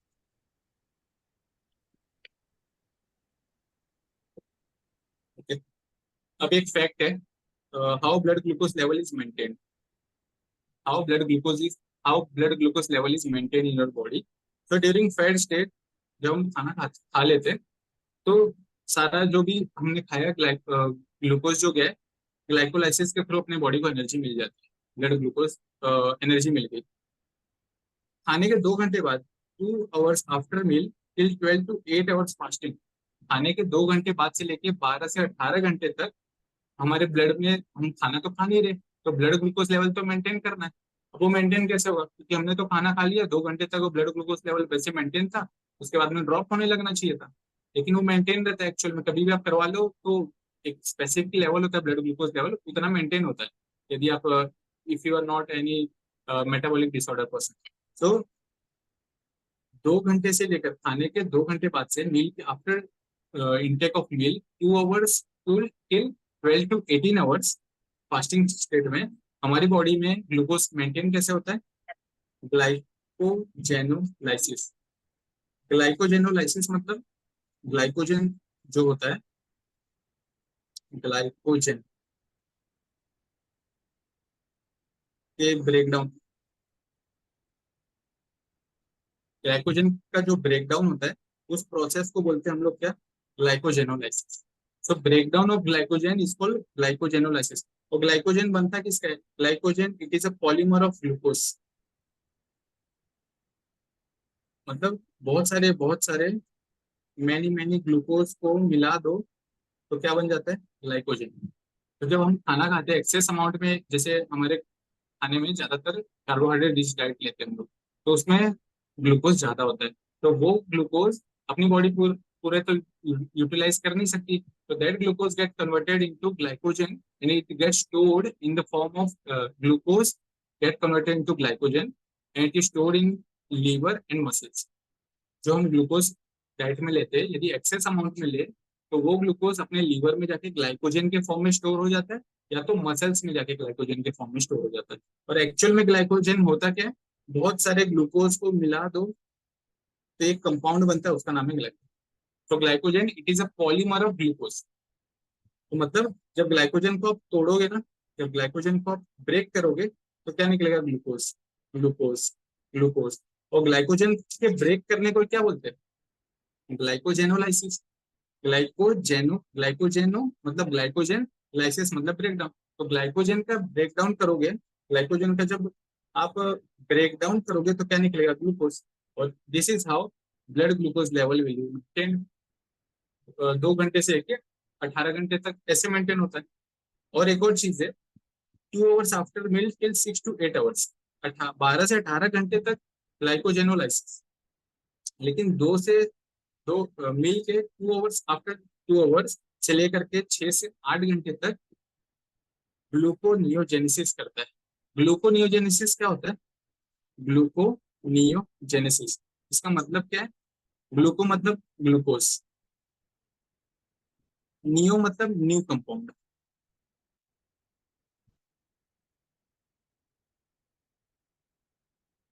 New compound. और जेनेसिस मतलब फॉर्मेशन।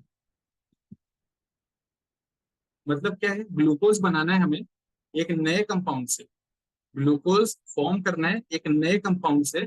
तो इस प्रोसेस को बोलते हैं हम लोग ग्लूकोनियोजेनेसिस। अब एक क्वेश्चन है, बताओ ग्लूकोनियोजेनेसिस जो है ये कैटाबॉलिक है या एनाबॉलिक प्रोसेस Anabolic. Anabolic. है, एनाबॉलिक है ना, क्योंकि हम लोग ग्लूकोज बना रहे हैं। किसी चीज को बनाना मतलब एनाबॉलिक होता है, करेक्ट। लेकिन हम कौन से कंडीशन में, हमने खाना खा लिया है, 2 घंटे हो चुके हैं, अब खाने के बाद में 6 से 8 घंटे हो चुके हैं, तब तक हमारी body blood glucose level maintain करती है ग्लूकोनियोजेनेसिस से। मतलब हमारी बॉडी ऑलरेडी कौन से स्टेट में, कैटाबॉलिक स्टेट। कैटाबॉलिक स्टेट मतलब अब हमारी बॉडी एनर्जी बनाने के लिए कुछ काम कर रही है। मतलब हमारी बॉडी को एनर्जी चाहिए, तो एनर्जी बनाने के लिए जब हमारी बॉडी काम करेगी तो उस स्टेट को बोलते हैं कैटाबॉलिक स्टेट। फास्टिंग, जैसे फास्टिंग होता है, so fasting it is a catabolic state of for our body. वैसे ही तो कैटाबॉलिक स्टेट में एनाबॉलिक प्रोसेस हो रहा है। तो gluconeogenesis it is a anabolic process. Anabolic process क्यों, क्योंकि ग्लूकोज बना रहे हैं हम लोग, लेकिन वो होता कौन से कंडीशन में, it occurs in catabolic condition. क्या है ये पेचीदा सेंटेंस है, समझ में आपको। ग्लूकोनियोजेनेसिस ये एनाबॉलिक प्रोसेस है, लेकिन होता कब है, कैटाबॉलिक स्टेट में। आ रहा है समझ में, एक्सप्लेन कर पा रहा हूँ मैं अच्छे से कि नहीं। Sir, can you repeat once more? Okay, देखो क्या होता है, ग्लूकोनियोजेनेसिस मतलब ग्लूको मतलब ग्लूकोज, नियो मतलब फ्रॉम न्यू कंपाउंड। एक न्यू कंपाउंड है, उस न्यू कंपाउंड से यदि ग्लूकोज बनाना हो तो उस प्रोसेस को बोलते हैं हम लोग ग्लूकोनियोजेनेसिस। ठीक है। और इस ग्लूकोनियोजेनेसिस की रिक्वायरमेंट हमारी बॉडी को कब पड़ती है, जब हम फास्टिंग करते रहते हैं या खाना खाए ऑलरेडी 4-5 घंटे हो चुके हैं, तब हमारी बॉडी को जब ब्लड ग्लूकोज लेवल मेंटेन करना है, ग्लूकोज बनाना है, तो अब हमारी बॉडी अलग अलग कंपाउंड से, नए नए कंपाउंड से ग्लूकोज बनाने लगेगी हमारी बॉडी। और ये ग्लूकोज जब हमारी बॉडी बनाएगी, इस प्रोसेस को बोलते हैं ग्लूकोनियोजेनेसिस। तो ग्लूकोनियोजेनेसिस समझ में आ गया। और हमने अभी पहले पढ़ रखा है कि किसी भी चीज को हमारी बॉडी में बनाओगे तो उस प्रोसेस को बोलते हैं एनाबॉलिक प्रोसेस। ये भी हमें पता है, एनाबॉलिक प्रोसेस। और किसी भी चीज को बनाओगे तो उसमें एनर्जी रिक्वायर्ड होती है, उसमें एनर्जी हमें यूटिलाइज करती है, मिलती नहीं है, हमें एनर्जी स्पेंड करनी पड़ती है। ठीक है, चलो, ग्लूकोनियोजेनेसिस से ग्लूकोज बन रहा है। ठीक है, ग्लूकोज बन रहा है, कुछ चीज बन रहा है, मतलब क्या होगा, ये एनाबॉलिक प्रोसेस है। ठीक है, एनाबॉलिक प्रोसेस। लेकिन हमारी बॉडी में ग्लूकोज, हम कौन से स्टेट में, फास्टिंग स्टेट में, हमने खाना खाया नहीं है, फास्टिंग स्टेट में है। तो फास्टिंग स्टेट में ब्लड ग्लूकोज लेवल मेंटेन करना है, मतलब हमारी बॉडी ऑलरेडी कौन से स्टेट में, कैटाबॉलिक स्टेट। जब हमारी बॉडी में ब्लड ग्लूकोज लेवल मेंटेन करने के लिए कुछ जैसे ग्लूकोनियोजेनेसिस जैसे रिएक्शन हो, तो हमारी बॉडी, इसका मतलब कौन से स्टेट में, कैटाबॉलिक स्टेट में। सो हमारी बॉडी कैटाबॉलिक स्टेट में ग्लूकोनियोजेनेसिस करती है, जो कि एनाबॉलिक प्रोसेस है। ये एक्सप्लेन करना था। So this both pathway can provide glucose at the same time. ठीक है, ठीक है, ओके। तो ये समझ में आया क्या, ग्लूकोनियोजेनेसिस है, समझ में आप लोग को, एक्सप्लेन कर पाया मैं Yes. ठीक से? Yes. तो ग्लूकोज फॉर्म हो रहा है नए कंपाउंड से। नया कंपाउंड कौन कौन से नए कंपाउंड है, किसी को कोई आइडिया, ये न्यू कंपाउंड है कौन कौन से?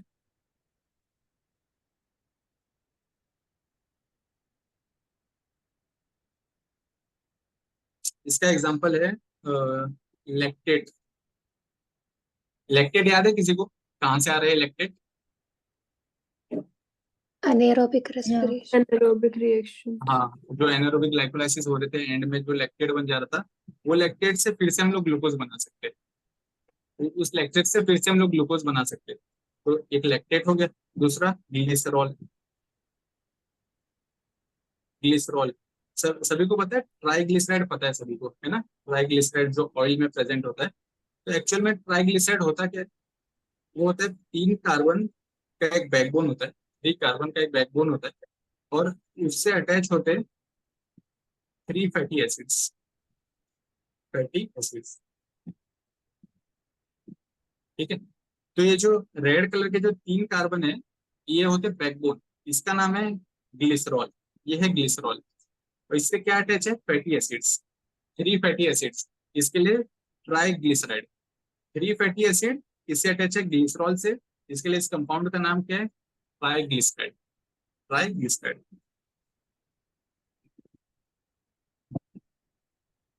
ट्राइग्लिसराइड, है ना? ट्राइग्लिसराइड ऑयल में प्रेजेंट होता है ज्यादातर। तो जब जब हम इस फैटी एसिड को यहाँ से ब्रेक कर देंगे, तीनों फैटी एसिड निकल गए, तो अब क्या बचेगा, 3 कार्बन का कंपाउंड बचेगा। 3 कार्बन का कंपाउंड बचेगा। इस 3 कार्बन के कंपाउंड को हम लोग बोलते हैं ग्लिसरॉल। और इस इससे भी हम लोग क्या कर सकते हैं, ग्लूकोनियोजेनेसिस। ग्लिसरॉल से भी हम ग्लूकोज बना सकते हैं। Okay, and last compound it is alanine. Alanine एक अमाइनो एसिड है which is use to form glucose. Glucose. So ये जो न्यू कंपाउंड है, कौन कौन से न्यू कंपाउंड है, lactate, glycerol and alanine. Lactate हमें पता है, एनारोबिक ग्लाइकोलाइसिस, ऑक्सीजन की कमी थी, वहां से आ गया। ग्लिसरॉल समझ में आया कहाँ से आया, ट्राइग्लिसराइड से। ट्राइग्लिसराइड मतलब glycerol attach with 3 fatty acids. तो तीनों फैटी एसिड को यदि कट करके हम निकाल देंगे, तो जो 3 कार्बन का बैकबोन बचेगा, 3 कार्बन का बैकबोन, इसको हम लोग बोलते हैं ग्लिसरॉल। इससे भी ग्लूकोज फॉर्म हो जाएगा। एंड एक अमाइनो एसिड है प्यारा सा जिसका नाम है एलेनाइन। एलेनाइन से भी क्या फॉर्म हो जाएगा, ग्लूकोज। सो ये तीनों ग्लूकोजेनिक होते हैं। These 3 compound, lactate, glycerol and alanine, they are glucogenic। यहाँ से ग्लूकोज बन सकता है। ठीक है, एक क्वेश्चन था कि which of the following cannot form glucose?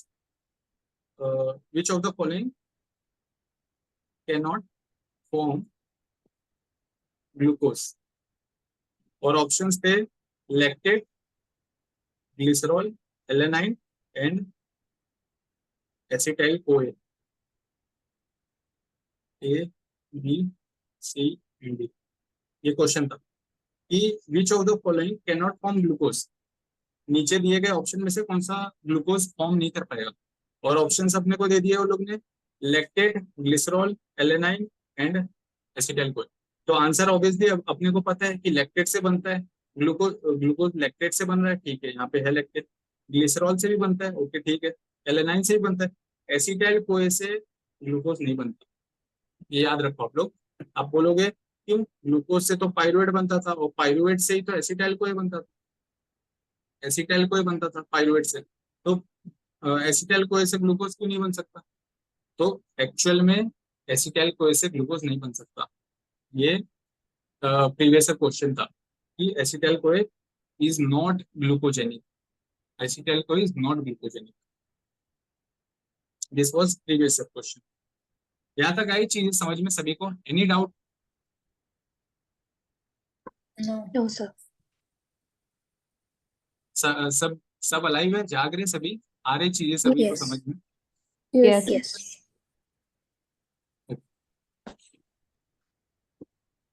ठीक। अब वही जो अभी तक हमने इतना टाइम जो इन्वेस्ट किया है, अब उसका थोड़ा फायदा उठा लेते हैं। एरोबिक ग्लाइकोलाइसिस गिव्स 7 एटीपी, समझ में आ रहा है क्यों दे? एनएरोबिक ग्लाइकोलाइसिस गिव्स 2 एटीपी, ये भी समझ में आ रहा है? कोई मेरे को बता सकता है एनीवन कि ये 2 एटीपी क्यों बनता है यहाँ पे, 7 क्यों नहीं, 9 क्यों नहीं? 9 minus 5.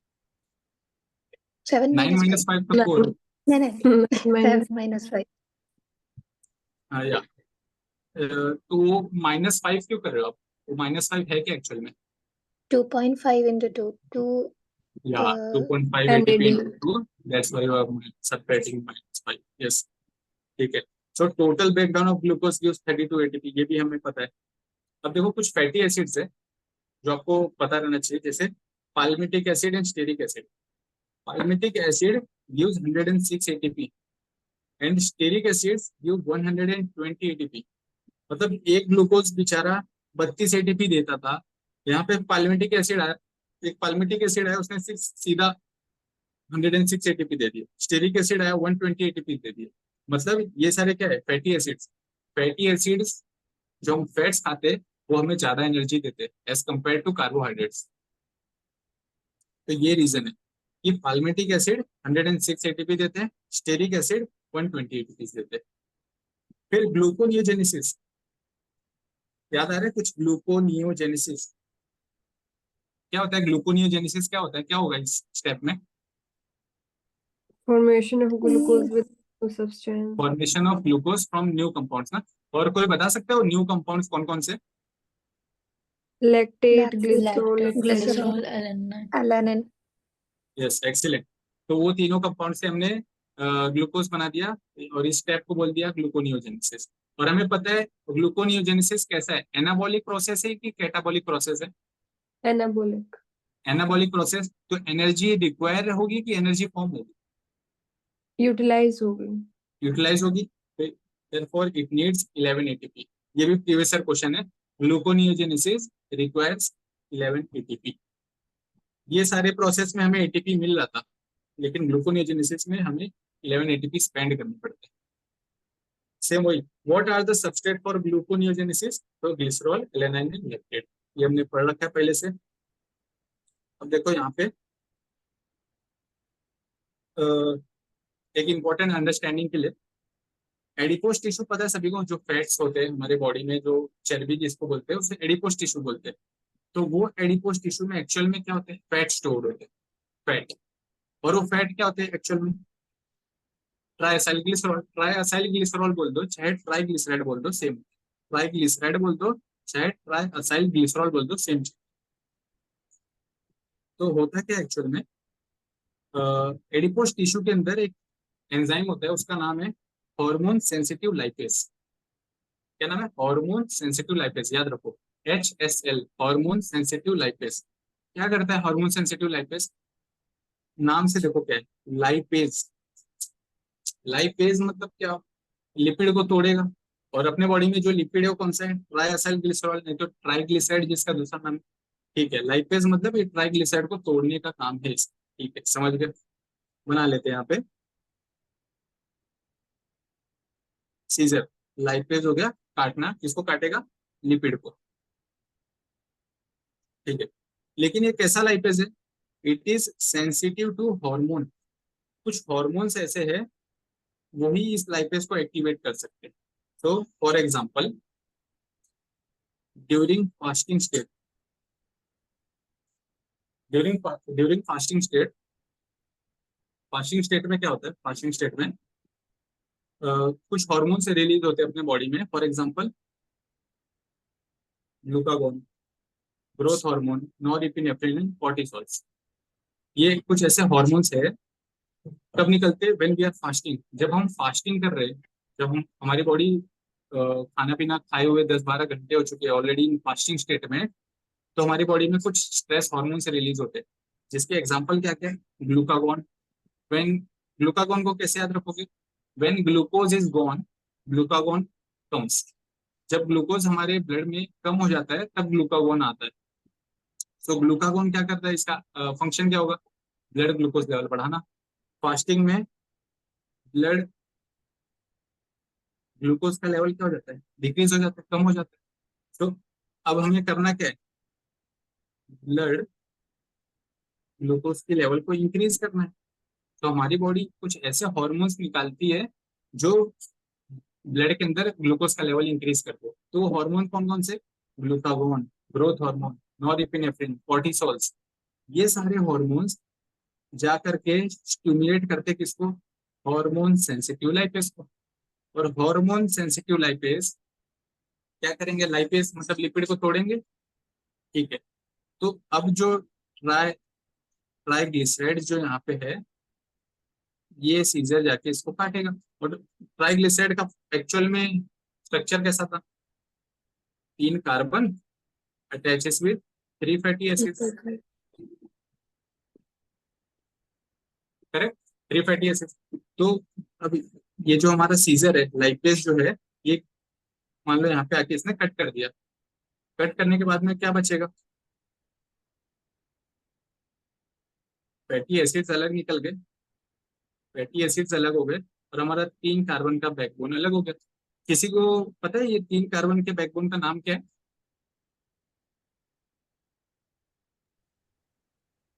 Propane. हेलो,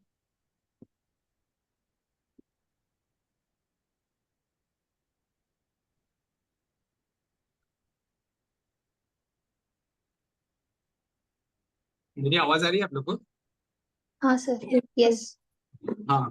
तो देखो क्वेश्चन है कि ये जो ट्राइग्लिसराइड है, ट्राइग्लिसराइड, ये ट्राइग्लिसराइड में एक्चुअल में क्या होता है?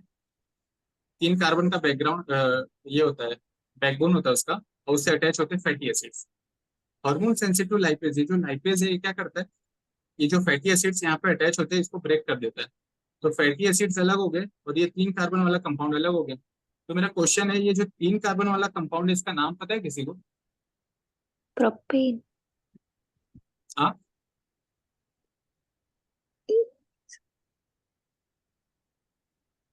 यहाँ पे हमने किया था ना explain। देखो लास्ट पेज पे हमने किया है, 3 carbon attach with fatty acid, इसको ट्राइग्लिसराइड बोलते हैं, Glycerol. है ना। 3 कार्बन वाले को क्या बोलते थे? ग्लिसरॉल बोलते थे। तो इसी ग्लिसरॉल से ग्लूकोज भी आगे हम बना सकते हैं। तो सेम वही ग्लिसरॉल है, देखो ग्लिसरॉल। ये 3 कार्बन वाला जो मॉलिक्यूल है ये है ग्लिसरॉल। यानी जो फैटी एसिड्स है ये आ गए हमारे फैटी एसिड। सो लाइपेज जब ट्राइएसाइल ग्लिसरॉल, ट्राइग्लिसराइड को जब कट करेगा तो वहां से 2 चीजें बनेगी, एक ग्लिसरॉल 3 कार्बन वाला, और दूसरा फैटी एसिड्स, ये हमारे फैटी एसिड्स। क्लियर? अब एडिपोज टिश्यू में ये सारे ब्रेक हो गए। Now they will enter into blood vessel. अब ये ब्लड में है। जैसे ये लोग ब्लड में आने के बाद में ये लोग चले जाते हैं कहाँ पे? Glycerol and fatty acids enter into liver. ये है हमारा लीवर, लीवर में चले गए। और हमने जस्ट अभी थोड़ी देर पहले पढ़ा कि जो ग्लिसरॉल होता है इससे हम लोग ग्लूकोज बना सकते हैं, और उस प्रोसेस को बोलते हैं ग्लूकोनियोजेनेसिस, राइट। और उसके लिए 11 एटीपी लगती है, इट रिक्वायर्स 11 एटीपी, ये भी पढ़ा हमने। तो ये जो 11 एटीपी है, ये 11 एटीपी आती कहाँ से? ये जो 11 एटीपी यूटिलाइज हो रही है ग्लूकोज बनाने के लिए, ग्लिसरॉल से ग्लूकोज बनाना था हमको, ग्लूकोज बनाना था ग्लिसरॉल से, तो इस प्रोसेस का नाम दे दिया हमने ग्लूकोनियोजेनेसिस। ठीक है, ग्लूकोनियोजेनेसिस के लिए 11 एटीपी चाहिए। तो भाई ये 11 एटीपी अब आएगा कहाँ से? तो देखो होता क्या है, ये जो फ्री फैटी एसिड्स है ना, जो वहां से ट्राइग्लिसराइड से कट ग्लिसरॉल और फ्री फैटी एसिड जो निकले थे, फ्री फैटी एसिड ये भी लीवर में आएंगे and they will undergo beta oxidation. ये बस याद रखो आप लोग, free fatty acid will undergo beta oxidation. ये हम लोग आगे देखने वाले फैट वाले चैप्टर में कि बीटा ऑक्सीडेशन एक्चुअल में होता क्या है, बीटा ऑक्सीडेशन में होता क्या है वो हम आगे देखेंगे। सो ये फ्री फैटी एसिड आया, it will undergo beta oxidation के अंदर जाएगा। अब जैसे ही फैट बीटा ऑक्सीडेशन में जाता है ना, बहुत सारे एटीपी प्रोड्यूस करता है वो and leads to ATP production for gluconeogenesis. बहुत सारे एटीपी बनाता है और वो एटीपी ग्लूकोनियोजेनेसिस में यूज हो जाते हैं और क्या बन जाता है, ग्लूकोज। क्लियर? आया, ये समझ में आया कि कैसे ग्लूकोज बना हमारे बॉडी में और वो 11 एटीपी कहाँ से आए? Yes. हाँ, तो फिलहाल बस याद रखो बीटा ऑक्सीडेशन, ये नाम बस याद रखो, आगे हम देखेंगे कि इसका इंपॉर्टेंस क्या है बीटा ऑक्सीडेशन। और वो याद है किसी को, पाल्मिटिक एसिड कितना एटीपी देता है? 106. 106 एटीपी। स्टेरिक एसिड कितने एटीपी देता है? 120. 120 एटीपी। तो ये सारे एटीपी एक्चुअल में आते कहाँ से? Through beta oxidation. Beta oxidation में भर भर के एटीपी बनते, बहुत सारे एटीपी बनते फैटी एसिड्स। तो बस बीटा ऑक्सीडेशन नाम याद रखो, इसका इंपॉर्टेंस हम आगे पढ़ेंगे। ओके, तो ग्लूकोनियोजेनेसिस 11 एटीपी लग रहे थे, वो एटीपी कहाँ से आएंगे? बीटा ऑक्सीडेशन के थ्रू। बीटा ऑक्सीडेशन में क्या होता है, फैटी एसिड से एटीपी बन जाते हैं। क्लियर? और ग्लूकोनियोजेनेसिस और कौन कौन से कंपाउंड से होता है? एक तो ग्लिसरॉल हो गया, दूसरा लैक्टेट एंड तीसरा एलेनाइन। क्लियर? एक्चुअल में एलेनाइन आता कहाँ से पता है? हमारी जो मसल्स होती है, मसल्स जो होती है, देयर बिल्डिंग प्रोटीन्स जो होते हैं, प्रोटीन्स, प्रोटीन से हमारे मसल्स बने ना, proteins are building block of our muscles. And proteins किससे बने हैं? प्रोटीन्स देखो, मसल्स किससे बने? प्रोटीन्स। एंड प्रोटीन किससे बने? Amino acids. उसी में एक अमाइनो एसिड है, उसका नाम क्या है? एलेनाइन। तो when we are in fasting state, जब हम फास्टिंग करते हैं ना, जब हम भूखे बहुत देर से, तो फास्टिंग स्टेट में क्या होता है, मसल में ब्रेकडाउन होता है, मसल का ब्रेकडाउन होता है। यदि आप 3-4 दिन यदि खाना ना खाओ तो देखो आपके जो हाथ पैर है वो पतले पड़ जाते हैं, मसल्स का ब्रेकडाउन होने लगता है। सो वो मसल्स का ब्रेकडाउन होने की वजह से क्या होता है, मसल्स में क्या है? प्रोटीन। और प्रोटीन किससे बना है? Amino acid. तो वहां से एक पर्टिकुलर अमाइनो एसिड है जिसका नाम है एलेनाइन, वो रिलीज होने लगता है मसल से। और वो एलेनाइन आ करके क्या बनाता है? ग्लूकोज। क्योंकि हम क्या थे, फास्टिंग स्टेट में थे, फास्टिंग स्टेट में ब्लड ग्लूकोज लेवल मेंटेन करना था। तो क्या हो गया, मसल की ब्रेकडाउन स्टार्ट हो गई, मसल ब्रेकडाउन होने लगे, एलेनाइन अंदर आया तो क्या बना दिया उसने? ग्लूकोज बना दिया, ब्लड ग्लूकोज लेवल मेंटेन हो गया। तो ये पूरी कहानी। सो एक्चुअल में देखो क्या होता है, यहाँ पे इससे हमें क्या सीखना है? यदि किसी को फैट लॉस करना है, यदि किसी को फैट लॉस करना है, so fasting is good. Fasting अच्छी चीज है, क्योंकि फास्ट करोगे तो ये हार्मोन सेंसिटिव लाइपेज एक्टिवेट होंगे, क्योंकि ये सारे हार्मोन से रिलीज होंगे, ग्लूकागोन, इपिनेफ्रिन, अपना ग्रोथ हार्मोन, कॉर्टिसोल, ये सारे रिलीज होंगे। और क्या करेंगे, एडिपोज टिश्यू में जाके हार्मोन सेंसिटिव लाइपेज को एक्टिवेट करेंगे और ज्यादा से ज्यादा फैट का ब्रेकडाउन होगा, तो फैट लॉस होने लगेगा। हम लोग खुश होने लगेंगे कि अरे मैंने तो खाना छोड़ दिया और फटाफट मेरा वेट भी कम होने लगा, वाह वाह वाह, ना कितनी अच्छी बात है। लेकिन एक्चुअल में उसी समय एक और चीज हो रही है आपके बॉडी में, वो है मसल ब्रेकडाउन। आपके जो मसल्स है वो भी ब्रेक हो रहे हैं। यदि आपने खाना पीना छोड़ दिया 3-4 दिन तक कि हाँ मैं फैट लॉस करूंगा, फैट लॉस करूंगी, और सोचा कि अब हाँ 90 किलो से सीधा 60 किलो पे जाना है खाना पीना छोड़ के, तो क्या होगा, चलो ठीक है आपका वजन तो कम होने लगेगा बट मसल्स भी ब्रेक डाउन होंगे, आपकी बॉडी वीक पड़ जाएगी, आप जल्दी जल्दी बीमार पड़ने लगोगे। So muscle breakdown is very bad. Muscle breakdown की वजह से यदि ज्यादा मसल ब्रेकडाउन होने लगे तो किडनी पे भी लोड पड़ता है इसका, मायोग्लोबिन यूरिया भी हो सकता है। इसके लिए यदि किसी को फैट लॉस करना हो इंटरमिटेंट फास्टिंग करो, 8 से 10-12 घंटे तक की फास्टिंग करो, एंड विथ एक्सरसाइज। एक्सरसाइज से क्या होगा, आपके मसल ब्रेकडाउन नहीं होगी, मसल मेंटेन रहेंगे, फैट लॉस भी होता रहेगा, एंड धीरे धीरे करके आप एक ऐसे स्टेज पे आ जाओगे कि आपका फैट लॉस भी हो जाएगा, एंड आपकी बॉडी भी स्ट्रांग रहेगी क्योंकि मसल्स मेंटेन रहेंगे और क्योंकि आप एक्सरसाइज करें। तो एक ये अपने डे टू डे लाइफ के लिए इंपॉर्टेंट था जो आपको बताना था। फिर एक क्वेश्चन है, विच of the following is not glucogenic substrate, वो हमने पहले देख लिया।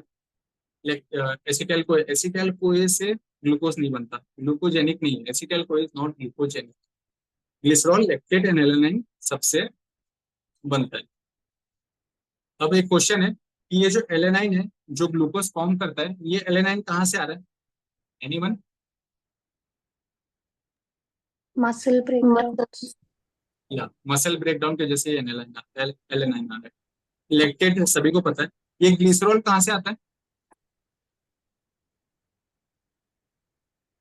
From Fatty DAG. acid breakdown से, हाँ, the breakdown of fatty acids से। नहीं, फैटी एसिड का ब्रेकडाउन नहीं। Triacid glycerol से. Triacid Breakdown of glycerol triacid. हाँ, ट्राइसाइल ग्लिसरॉल नहीं तो ट्राइग्लिसराइड्स, राइट, वहां से ग्लिसरॉल आता है, राइट। तो ओके, ये लास्ट चीज है, ये पढ़ के ब्रेक लेते, शॉर्ट ब्रेक लेते। सभी लोग एग्जॉस्ट हो गए हो? नहीं. नहीं। 2 घंटे भी हो गए, ठीक है, एक ब्रेक लेते, ये बस कंप्लीट करके छोटे से। अब देखो, अभी जो जैन 2024 जो हम लोग ने अटेम्प्ट किया था, इसका जो एग्जाम हुआ था ना, इसमें पेपर 1 जो था, इट वाज ऑलमोस्ट 70 to 75 80% बोल सकते हो, इट वाज वन लाइनर थे। यदि किसी के वन लाइनर वीक थे तो उसका पेपर 1 अच्छा नहीं गया होगा। तो वैसे ही ऐसे ही कुछ वन लाइनर होते, जैसे पूछ लेते हैं मार्कर एंजाइम्स ऑफ ऑर्गेनेल्स। जो हमारे सेल्स होते हैं, सेल्स के अंदर क्या होता है, माइटोकॉन्ड्रिया होते हैं, न्यूक्लियस होते हैं, राइबोसोम्स होते हैं, लाइसोसोम्स होते हैं। तो उन पर्टिकुलर जो ऑर्गेनेल्स जो हमारे सेल के अंदर है, उसके मार्कर क्या है। अब यदि किसी को आता है तो वो आंसर कर सकता है, यदि किसी को नहीं आता तो आंसर नहीं कर सकता। सो ऐसे ऐसे क्वेश्चंस के लिए बेस्ट तरीका ये है कि आप एक स्टिकी नोट बना के दीवार पे चिपका लो और रोज उसको देखते जाओ। हम लोग ने ये किया था कि ये ऐसे ऐसे क्वेश्चन जो भी वन लाइनर थे दीवार पे बस चिपका देना है, रोज देखते जाना है, देखते जाना है। इसकी वजह से पेपर 1 हमारा ठीक ठाक चला गया था। ये तो बहुत लोग का वन लाइनर की वजह से स्कोर डाउन हुआ। तो देखो, topic, back to topic, marker enzyme of organelles. जो न्यूक्लियस होता है, न्यूक्लियस के अंदर क्या होता है, डीएनए आरएनए ये सब बनता है।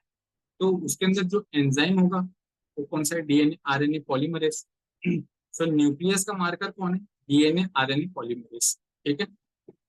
जो एंडोप्लाज्मिक रेटिकुलम होता है, एंडोप्लाज्मिक रेटिकुलम, उसका मार्कर है glucose 6 phosphatase. Glucose 6 phosphatase, it is the last enzyme of ग्लूकोनेजेन।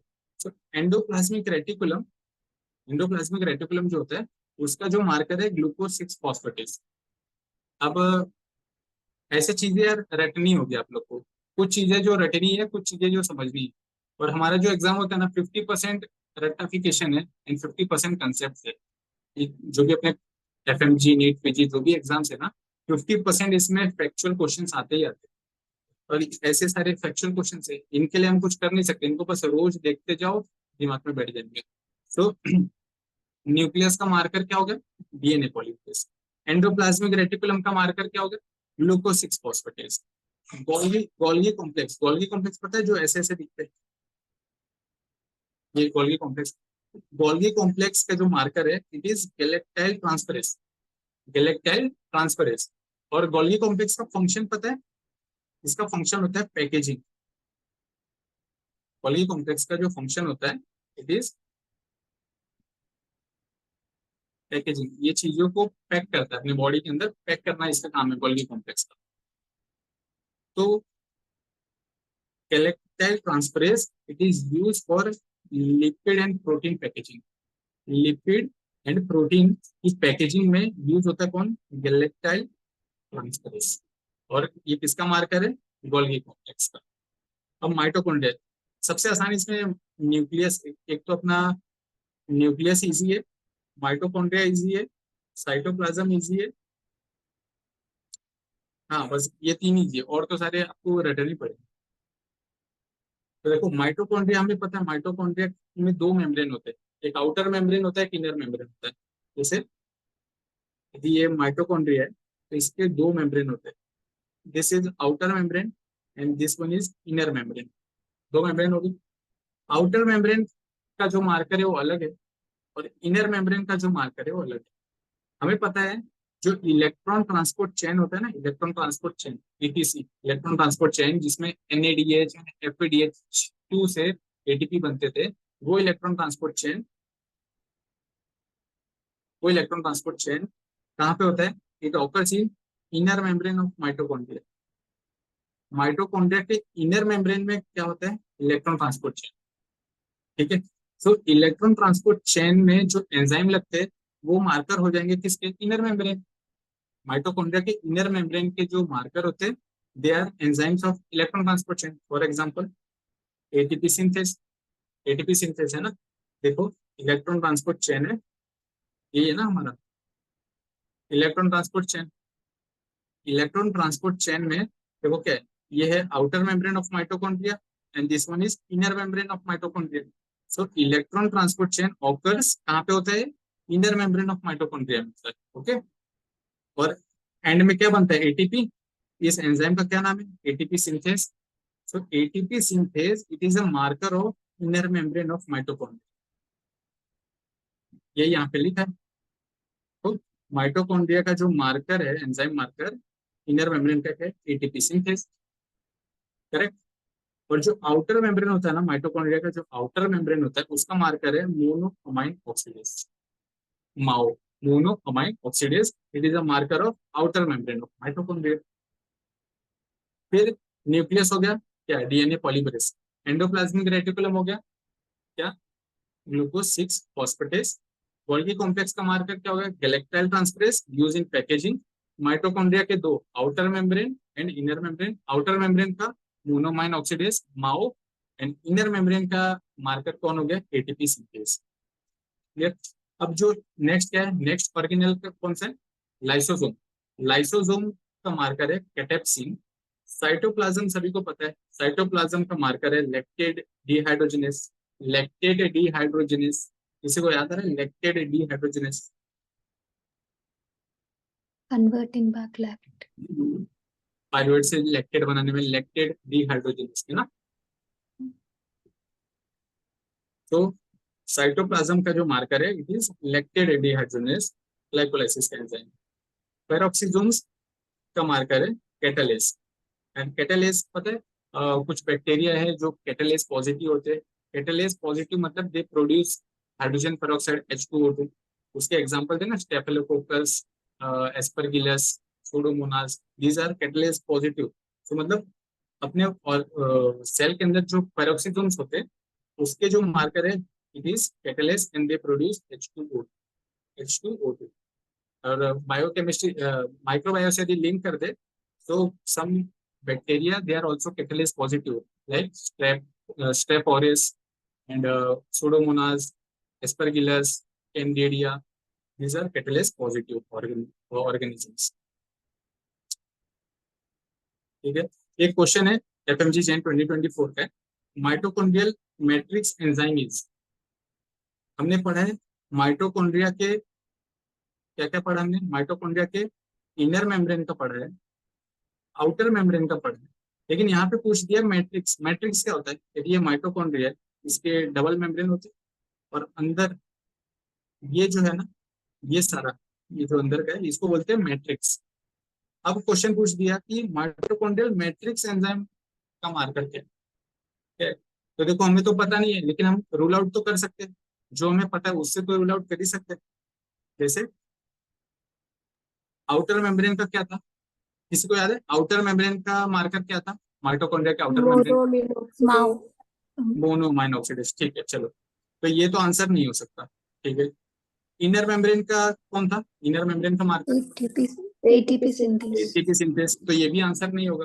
ठीक है चलो, और हमको ये तो पता है साइट्रेट सिंथेस के बारे में हम लोगों को कोई आइडिया नहीं, ये क्या चीज है कुछ पता ही नहीं है, ठीक है छोड़ दो इसको। कैटेलिस हमको पता है किसका मार्कर है, अभी हमने पढ़ा है कैटेलिस किसका मार्कर है, Peroxisome. पैरोक्सिज्म, तो ये भी नहीं हो सकता आंसर। बचा कौन, साइट्रेट सिंथेस, ये हो गया हमारा आंसर। तो कई बार कुछ ऐसे क्वेश्चंस आ जाते हैं जिसमें हमें आंसर नहीं पता है लेकिन रूल आउट करके हम आंसर पे पहुंच सकते हैं, तो this was one of them. तो ब्रेक ले, सभी लोग टायर्ड हो गए, ब्रेक ले ले। हाँ देख लो। या Yeah. ठीक है।